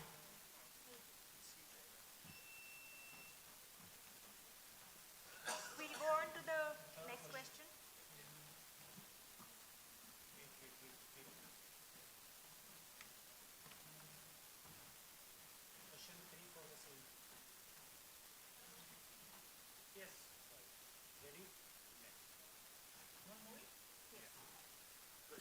5C, name a scale to grade the condition on CT scan.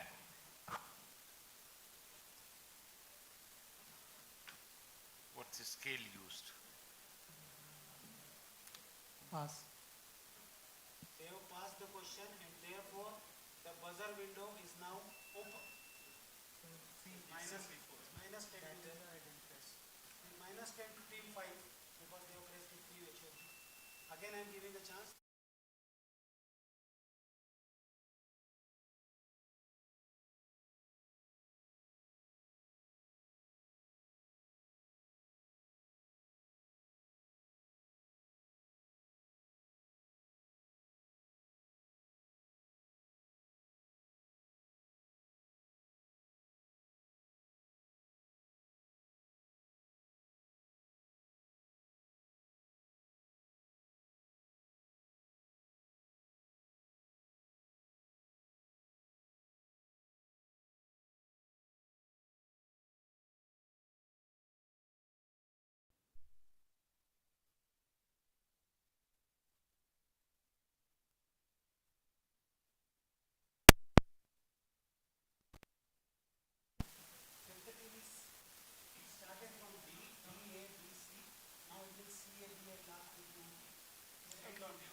So team C gets the next question.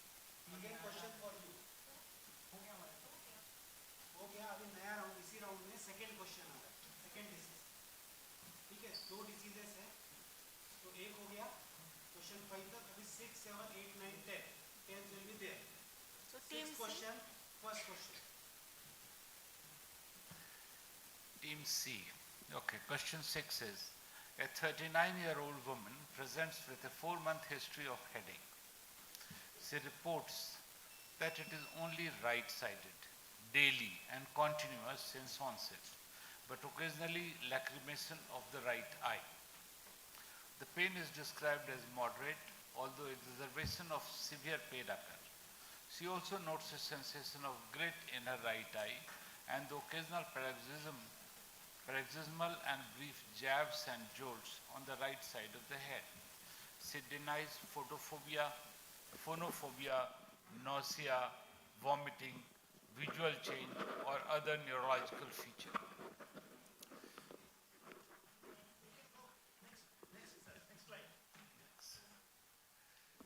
How would you classify this headache? Cluster headache, paroxysmal hemicrania, hemicrania continua, new daily persistent headache, or migraine without aura? Paroxysmal hemicrania. 20 points to team C. Now it's your next question. What would be the first treatment of choice in this patient, assuming there are no contraindications? Indomethacin. Correct? That's correct. Third question.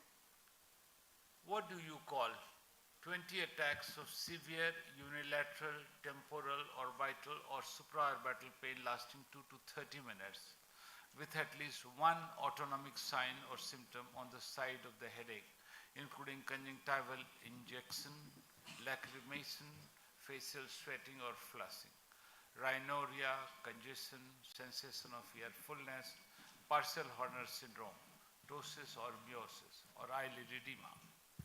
The attack occurs more than 5 times a day for more than 50% of the time.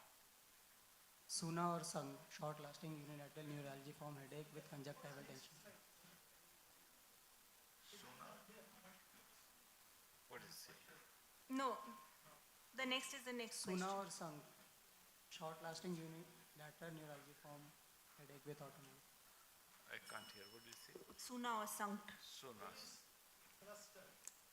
It's cluster headache. Those will be more than 100 times a day. This is only 20 times a day. Sorry.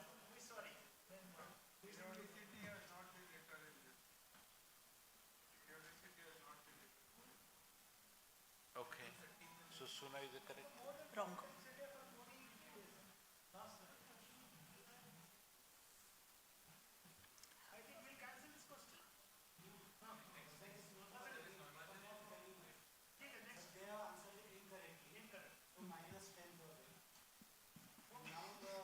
Now the next question, D.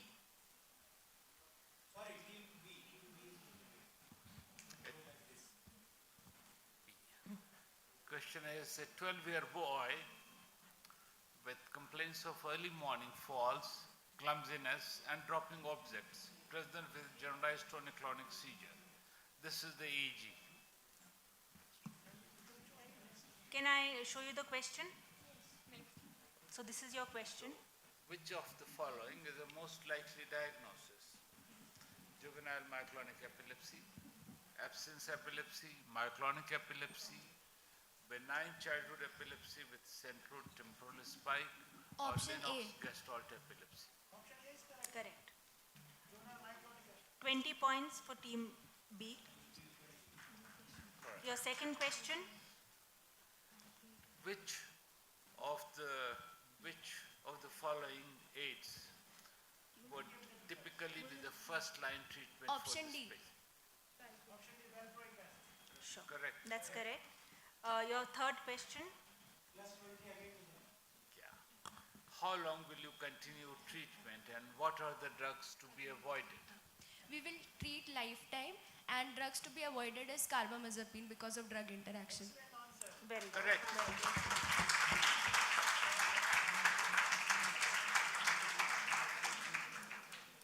Next question to team A.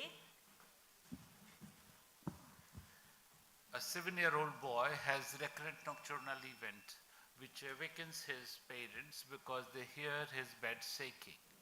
They have witnessed him shaking uncontrollably on entering his bedroom on occasion.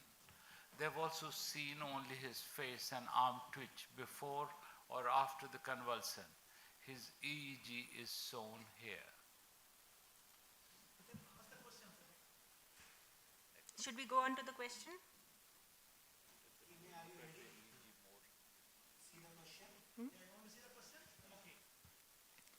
Which of the following is the diagnosis?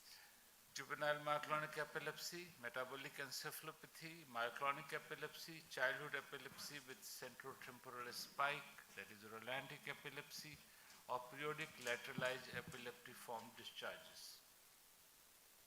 D. Correct.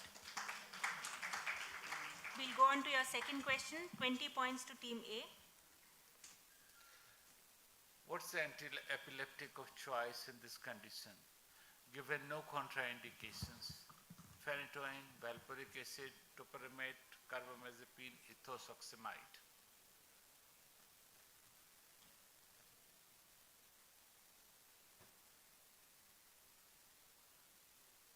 B. Valproic acid, which is correct. Correct. B. Correct. Your third question to team A. 20 points to team A. How long the treatment should be given? Till what age?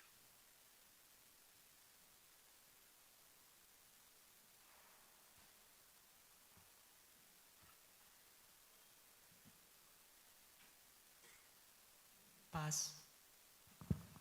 As they have passed, the buzzer window is now open. 3 years best. 5 years of age. The answer is wrong. Audience, From minus 10 to team C. audience, 12 years. That's right. Correct. Chocolate to them. Correct. So now the next question is to team E.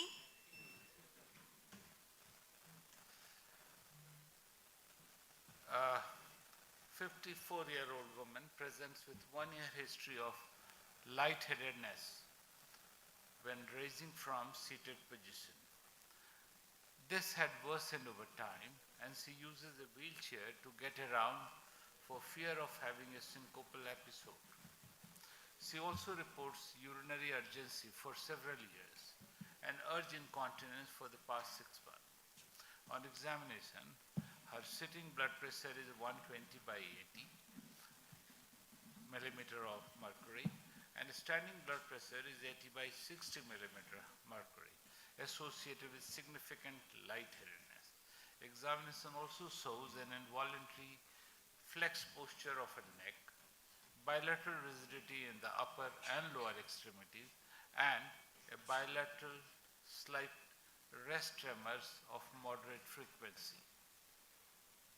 Can we go on to your questions? Or do you want to see the description for some time? Team E, now we'll go on to your question. What's the most likely diagnosis in this patient? Idiopathic Parkinson's disease with associated dysautonomia, multiple system atrophy, progressive supranuclear palsy, primary autonomic failure, or corticobasal ganglionic degeneration. Option E, corticobasal ganglionic degeneration. Answer is wrong.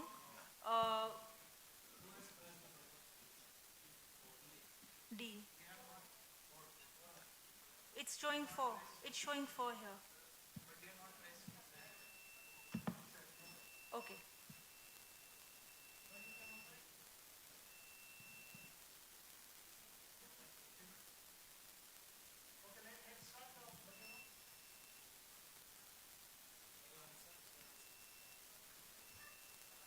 Yeah. There was the wrong answer. They're doing buzzers. There's some.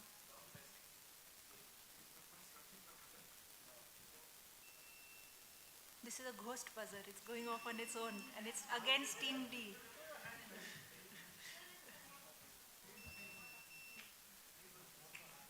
They're not putting their.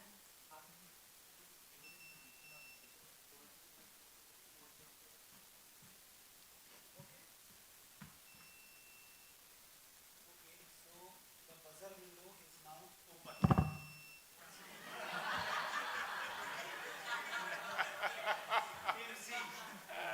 Okay. Multisystem atrophy. That's correct. Yes. 20.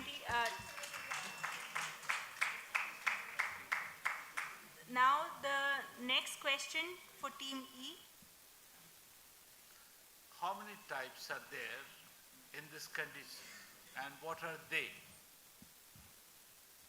There are two types, MSAP and MSAC. Correct. Correct. 20 points. We'll go to your third question. Neuropathologically, this condition is called based on intraneuronal cell accumulation. Alpha-synucleinopathy. Yes. Correct. So 20 more points to Team E.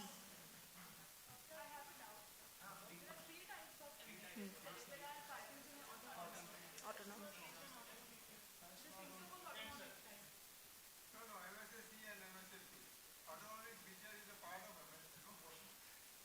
Every multiple system atrophy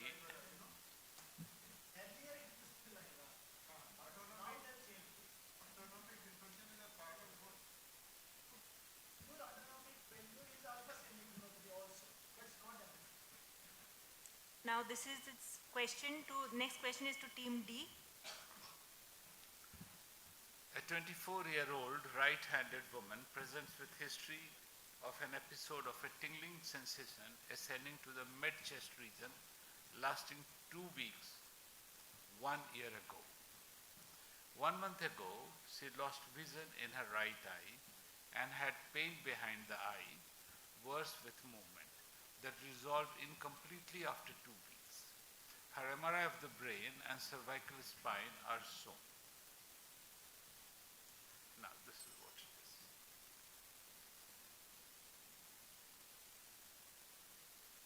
Can we move on to the question? This is the description. Yeah.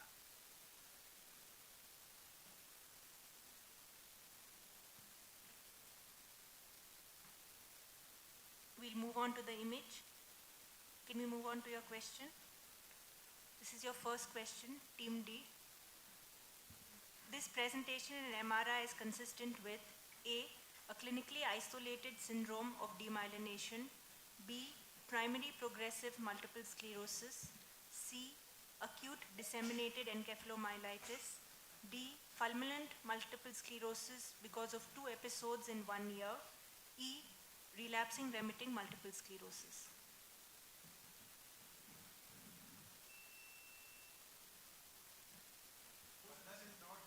D. No one's a presser. Team D. Pass. As we was not able to answer, the buzzer window is now open. Team C. Relapsing remitting multiple sclerosis. That's right. 20 points to Team C. Team D, this is your second question.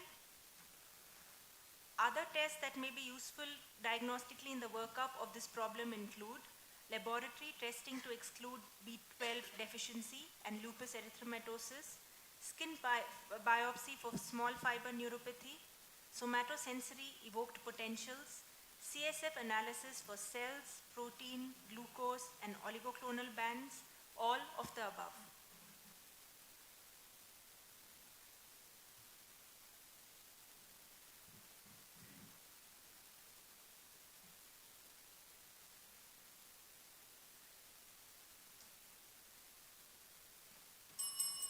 Ma'am, E, all of the above.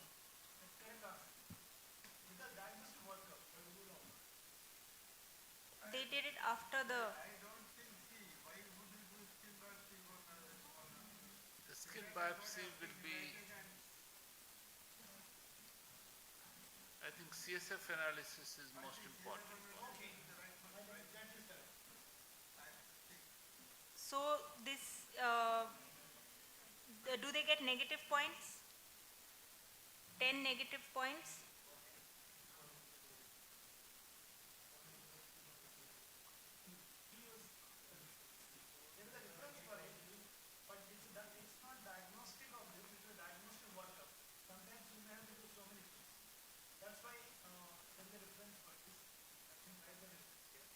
Sir, and C and D are definitely for MS now.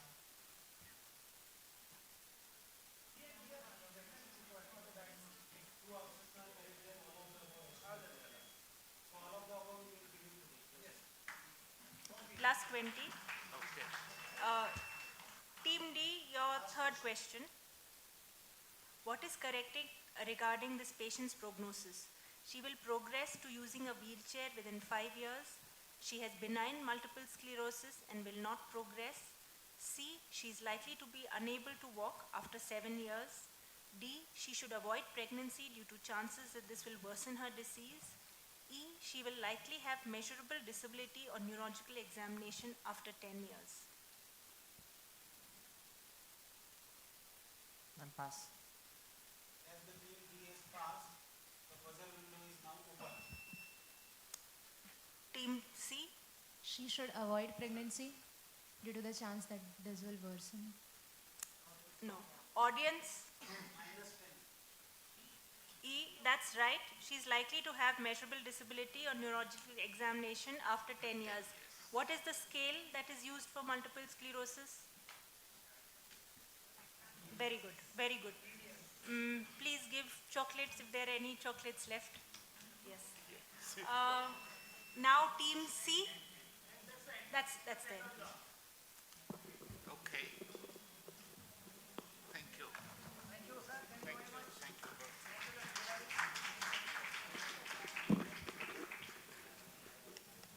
So now there is end of round 4.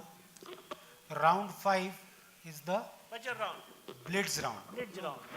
No buzzers in this. Buzzer round is over. You can remove your hands safely from the buzzer. Now there are no more questions for buzzer round. Okay. Now this is going to be a rapid fire round. A question will be asked which will be of fill in the blanks type, and you have to answer in one line or one word, and the quiz master and the judges will decide whether to give it to you or not. Only thing is that you have got 90 seconds. In 90 seconds you can answer as many questions as possible. The maximum questions are 10. So if you are sure, you answer, because if you answer incorrectly it is -5. If you answer correctly it is +10. Scorers, are you paying attention? Scorers, +10 for right and -5 for wrong answer. And if they pass, there is 0, but whatever question you have passed, we cannot go back to that question. So you have time, around 9 to 10 seconds per question you have. Make use of that time before passing. Don't take too much time, otherwise your 10 questions will not be over. Is it clear? Everyone is clear on the Blitz round? Now the Blitz round is going to start from team E, then A, then B, then C, and the last will be team D. Is it clear? Team E, the Blitz round will begin for you now. So, since it's a Blitz round, I'll be only conducting. I'll request Dr. Rodgers sir to be attentive and be with me here. And next round is Dr. Rodgers sir is going to come. You can come stand here, sir. No, sir, you come here. It's a fast round. So let's be together. We have got 2 rounds to do. So this, yeah. So, shall we start, sir? Your question will be displayed? Yes. You are able to see the screen? Okay then. Shall we start?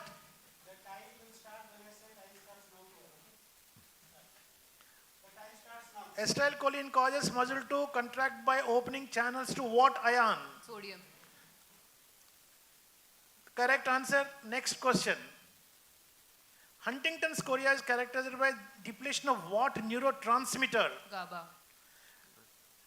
Very good. Next. Gonadotropin releasing hormone causes the release of what hormones from the pituitary gland? FSH and LH. Very good. Very nice. Next question. Where do optic nerve fibers from the eyes cross over to the opposite side of the brain? Optic asthma. Optic asthma is correct answer. Which lobe of the cerebral cortex is most responsible for processing auditory information? Temporal lobe. Temporal lobe. Correct answer. Name the part of the brain that converts short-term to long-term memory. Hippocampus. Hippocampus is the correct answer. What action stimulates muscle spindles? Pass. Pass. Time is over. Okay, that's muscle stretch. Okay. So next team. Where is? New question. We're going to start. So next team is team A. Team A, are you ready? Okay, your time starts. Besides sound, what do the sense organs of the inner ear monitor? Acha.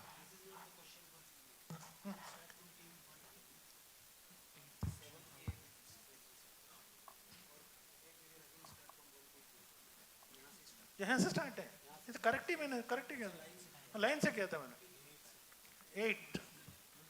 8 to 18 Okay. Okay. Name the syndrome characterized by sleep attacks, premature entry into REM sleep and sudden loss of muscle tone while awake. Narcolepsy. Narcolepsy is correct answer. Next. Of the 2 main types of seizures, name the one that arises from a limited area of the brain. Focal seizures. Correct answer. Next. Electroconvulsive therapy is used to treat what brain disorder? Pass. Next. Pass. We didn't say pass. No. We didn't say pass. Oh, yeah. Immediately after neurological trauma, sometimes mannitol is administered to help draw away from the brain what? Edema. Edema, they said. We'll take it water. Okay. We will give that to you. Dogs salivating at the sound of a dinner bell even before they see the food is called what kind of learning? What? Pavlov's experiment. No, what type of learning? What type of learning? Pass. Pass. So, classical conditioning. Conditioning reflex. Okay. Okay. So, Sir, won't we get?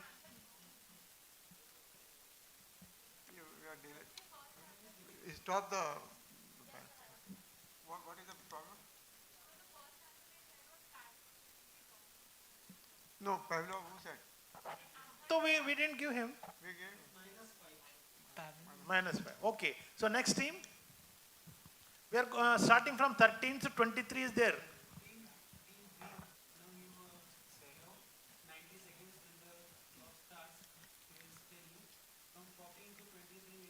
Yes. Okay. Okay. What do you call the cycle of behavior or physiological change lasting about 24 hours? Diurnal rhythm. क्या? Circadian. Diurnal. Right. Diurnal rhythm बोला उसने. Is it? Next. What it was, diurnal or circadian? Diurnal said. Wrong answer. Wrong answer. Okay, next. Next. The amygdala and septum are part of this group of brain Limbic structures. system. What? Limbic system. Okay, that's given. Next. Next. What do you call neurons that inactivate other neurons? Inhibitory neurons. Very good. Right. Next question. What happens to the periods of REM sleeps as we progress through the night? Decreases. Increases. Wrong. Next. Name the nucleus that acts as the body's circadian clock. Suprachiasmatic nucleus. Agreed. Right. Next. Suprachiasmatic. Nicotine works by stimulating the same synaptic receptor sites that are acted upon by what neurotransmitters? Acetylcholine. Acetylcholine. Right. Next. In Tau protein. What do we do?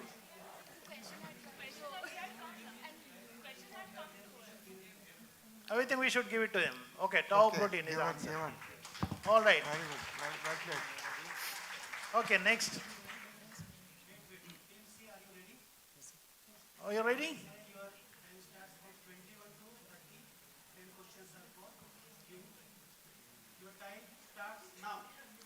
Name the genetic syndrome more common in women characterized by repetitive motor and vocal tics and involuntary movements. Name the method of measuring brain function based on the detection of radioactivity emitted when positron undergo radioactive decay in the brain. HCT. Yes. Right. Next, an important part of MRI is when the protons of what atoms line up parallel to each other. Hydrogen. Eric, Right. agreed. Name an amino acid transmitter in the brain whose primary function is to inhibit the firing of other neurons. Which one? GABA. Okay. Right. What is released by the pineal gland and affects the physiological changes related to time cycle? Melatonin. Very good. Right. Next. Give the correct name other than pain receptor for the sensory receptors that respond to tissue damaging stimuli. Renerve endings. Huh? Renerve endings. No, give the correct Past name. name. Next question. गलत हो गया ना? Next. Nociceptors. Nociceptors. Okay. Name one of the. Okay. Name of the opioid brain chemicals that suppress pain messages in the nervous system. Anandamide. Hmm? What is that? What is that? Endorphins, yeah, endorphins. Sure. Your answer is endorphins. I don't think we'll give this. No. It's a minus. You should say endorphins. No? Okay. All right, next team.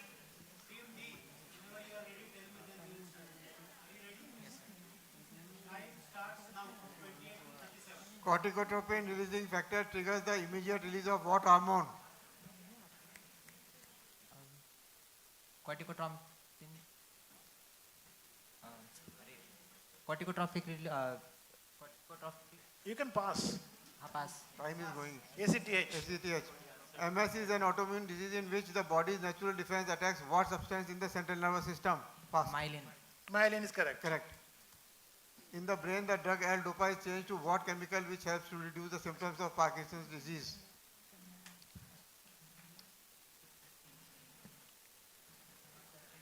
Pass. Norepinephrine. Dopamine. Wrong answer. Name a cognitive disorder associated with chronic alcoholism. Wernicke encephalopathy. You can give. I said Korsakoff's, but you can give. Wernicke is given. Okay. Next. During development, the neural tube closes at about what week? 22 weeks. Wrong. Week 3. Weeks and days are different. You can't say weeks and days. Bad luck. Okay. All teams have finished? This round. Then I think the last round. Yeah, madam. You'll tell them, we'll sit and come back again. I think we are nearing the quiz. This is the most interesting round is this. And you will see a lot of tough fight here. Now this round is called Gamble for Glory. Okay? So now here we are going to go again from team A to team E, we are going to go now. Each team is going to get 4 questions. First question is on the house. You answer it correctly, you get 10 marks. You answer it incorrectly, there are no negative marks, and you progress to the second question. From second question onwards, after reading the question, you have to decide whether you want to play or whether you want to quit. If you quit, there will be no question 3 and question 4 for you. But if you decide to play, you answer it correctly, it will be plus 20. You answer it incorrectly, it will be minus 10. But still you get a chance to see the question 3. You can quit anytime, whenever you want. Is it clear? Are the gambling rules clear? Once again, okay, so first question is for you, that is on the house. You will see the 4 options.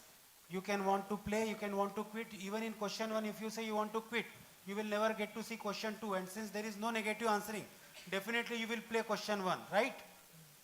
From question 2, you look at the stem, and before giving the options, you have to decide whether you want to play or whether you want to quit. If you say that you want to quit, question 3 and question 4 and question 2 all, you will not see the options, you will not be able to progress any further, your quiz ends here. If you say I want to play, if you answer it correctly, question 2 is plus 20, minus is minus 10. But still you get a chance to progress to the third question.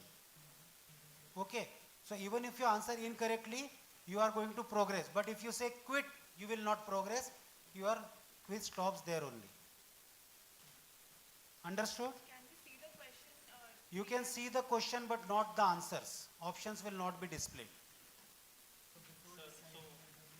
After seeing the question, we decide we have to answer it or not. Only then. Yeah, I will ask you whether you want to play or not.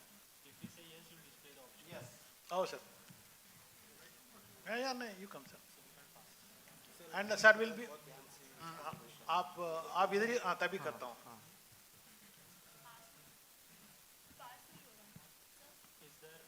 It is not possible. It is non-possible. Concentrate on your questions. Don't think too much about their questions. Only, who is starting, sir? Who is starting? We are going to start with team A. Okay. First question is on the house. Just Start. On the house means what? Everyone? Plus 10, plus 10 and minus 0. So they will definitely answer it. Even Okay. if they are wrong, they progress to question 2. Acha. Okay. So, read the first question, sir. Every question after the options are read, you will get 15 seconds. Okay, we start. Which cranial nerve? The options also for this. Next. Which cranial nerve innervates the chemoreceptors and baroreceptors of the carotid body? Trigeminal, facial, glossopharyngeal, vagus, hypoglossal.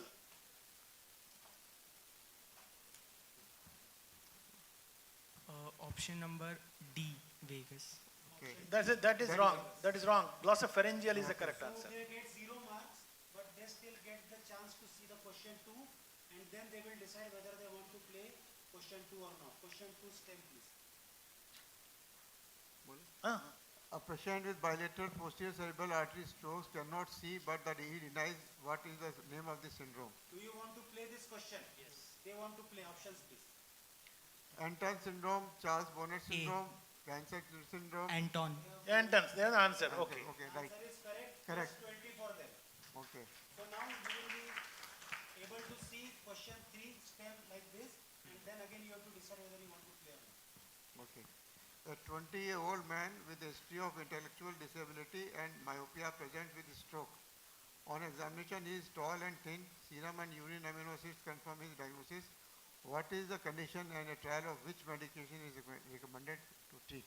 Do you want Now. to play or you want to quit? Play.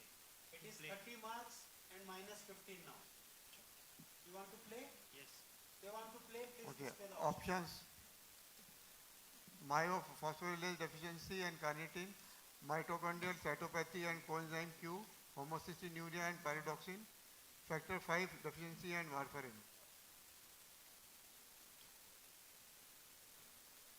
C. That's correct answer, homocystinuria. Yeah.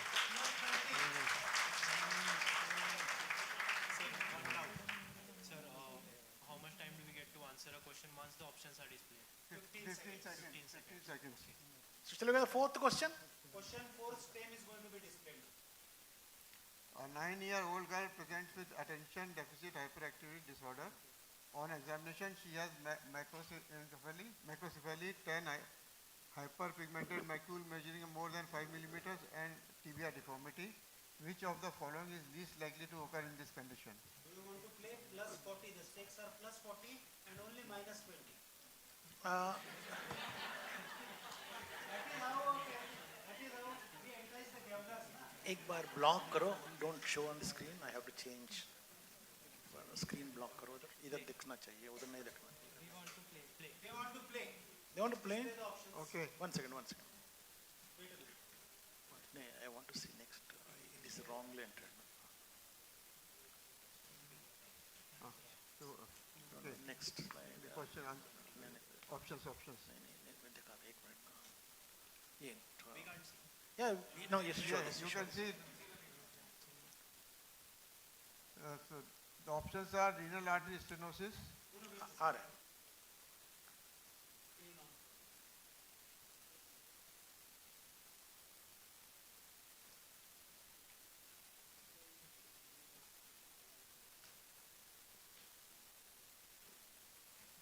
आ रहा है. उधर नहीं आया main. Okay. Now you can see the answers. Shall I read the answers? Yeah.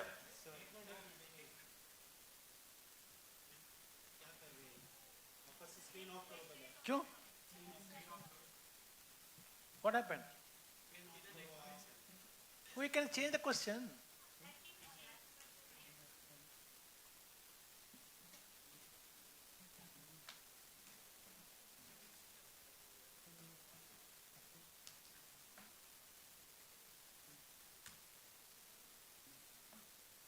इसको एक काम करते हैं, इसको एक्सकेप कर रहे हैं. नहीं वो चेंज करके फिर चेक करके करते हैं. Okay, will go back, escape करके एस्केप कर सकते हो ना.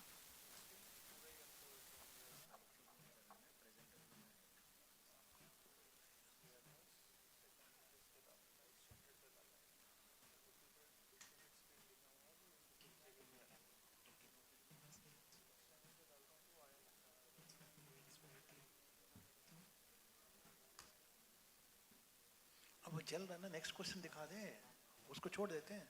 वो जो स्क्रीन आ रहा है ना सर, इसमें दूसरा भी दूसरा क्वेश्चन भी डिस्प्ले हो रहा है.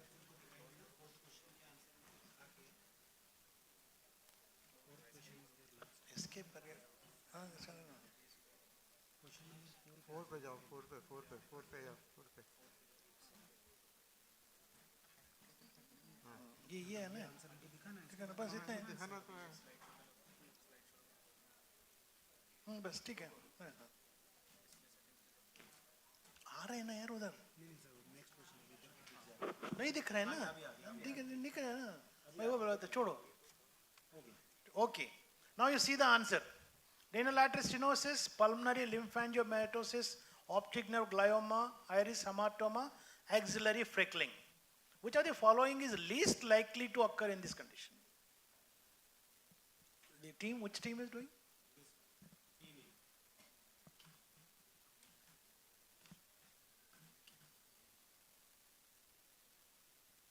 Time?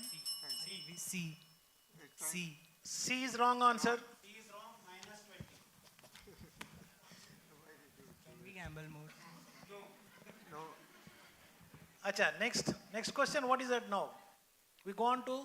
Now team B. We'll start with. First question. Again the same rules for you. Got it? First question coming up for you now. No, it doesn't matter. नहीं होगा ना. It's difficult. So what is the normal intracranial pressure? You want to answer? First question we can give them. Yeah. MCQ is not we have to answer? You want to answer? Yes, we want to Answer, okay. So 20, 25, 30, 15 millimeters of mercury.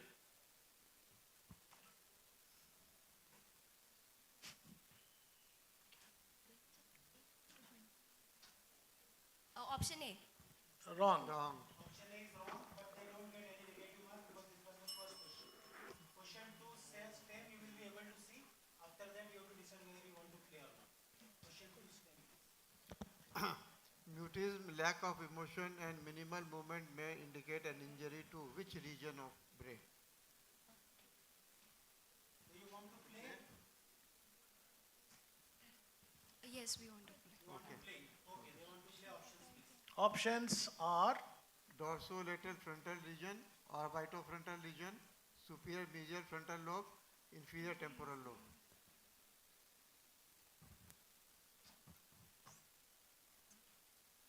Option C. Option C is correct answer.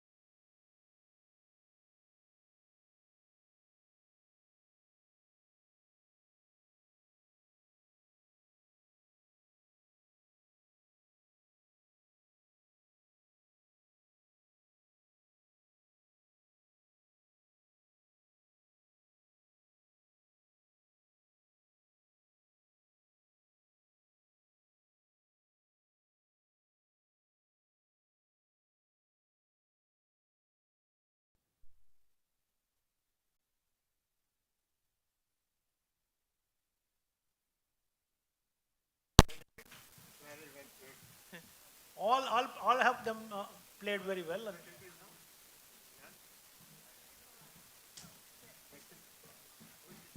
So I would request all the participants to please be seated in the auditorium, and we will call you for your prize distribution based on the marks.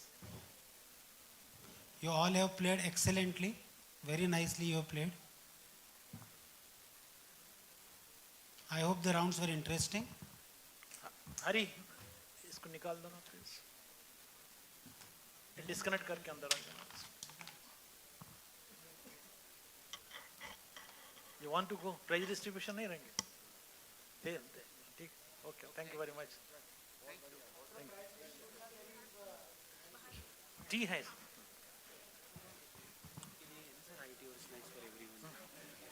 अब अभी मत भेजना, फिर no यहाँ का अंदर नहीं. Prize distribution के बाद.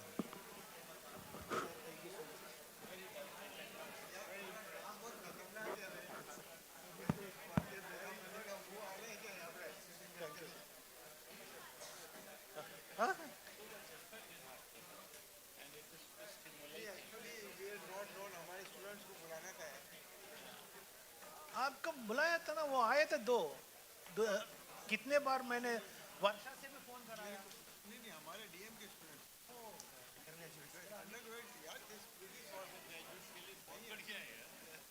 इसमें तो हमारे स्टूडेंट्स का भी पता लग जाता ना.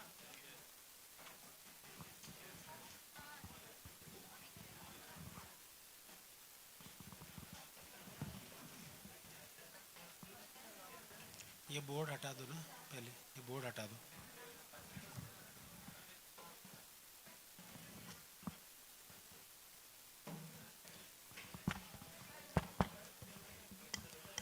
All the participants who had appeared for the screening round also, they will get a certificate of participation as well as a memento. All the people who were on the stage, they will get a certificate of excellence. The first three positions, first position, second position and third position will get a cup as well as a cash prize.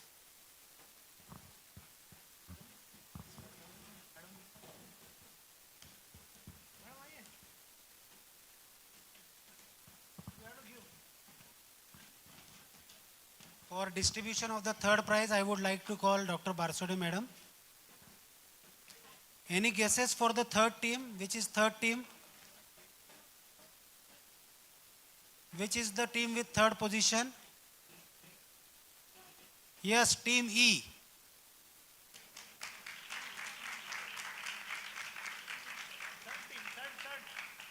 Please come, please introduce yourself, your college and your year. I am Mayuri Fute from GMC Chhatrapati Sambhajinagar, third year. I am Isha Bhavsar from GMC Chhatrapati Sambhajinagar, third minor. Okay, so you, congratulations for getting the third prize. Both of you get a cup.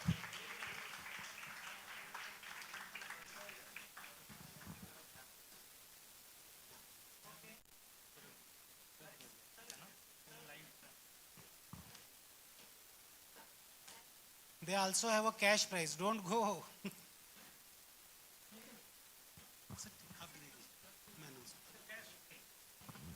दोनों divide कर लेना. Okay, so for second place, any guesses for second place? Yes, you're right, team C.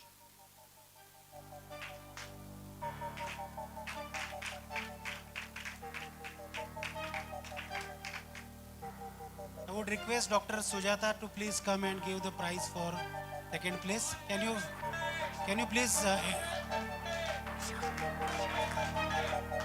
you please introduce yourself? I'm medical cadet Gaurav Jalal, final year student at AFMC Pune.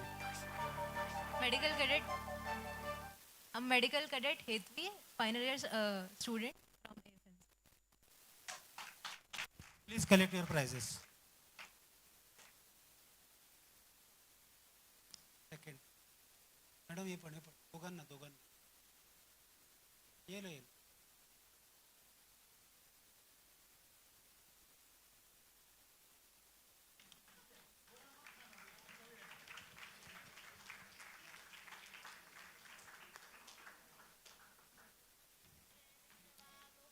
And the team with the first prize, any guesses? The team which has scored consistently well in the screening rounds, they were the highest in the prelims, and therefore it was almost that they were the sure winners. And the winning team is Team B.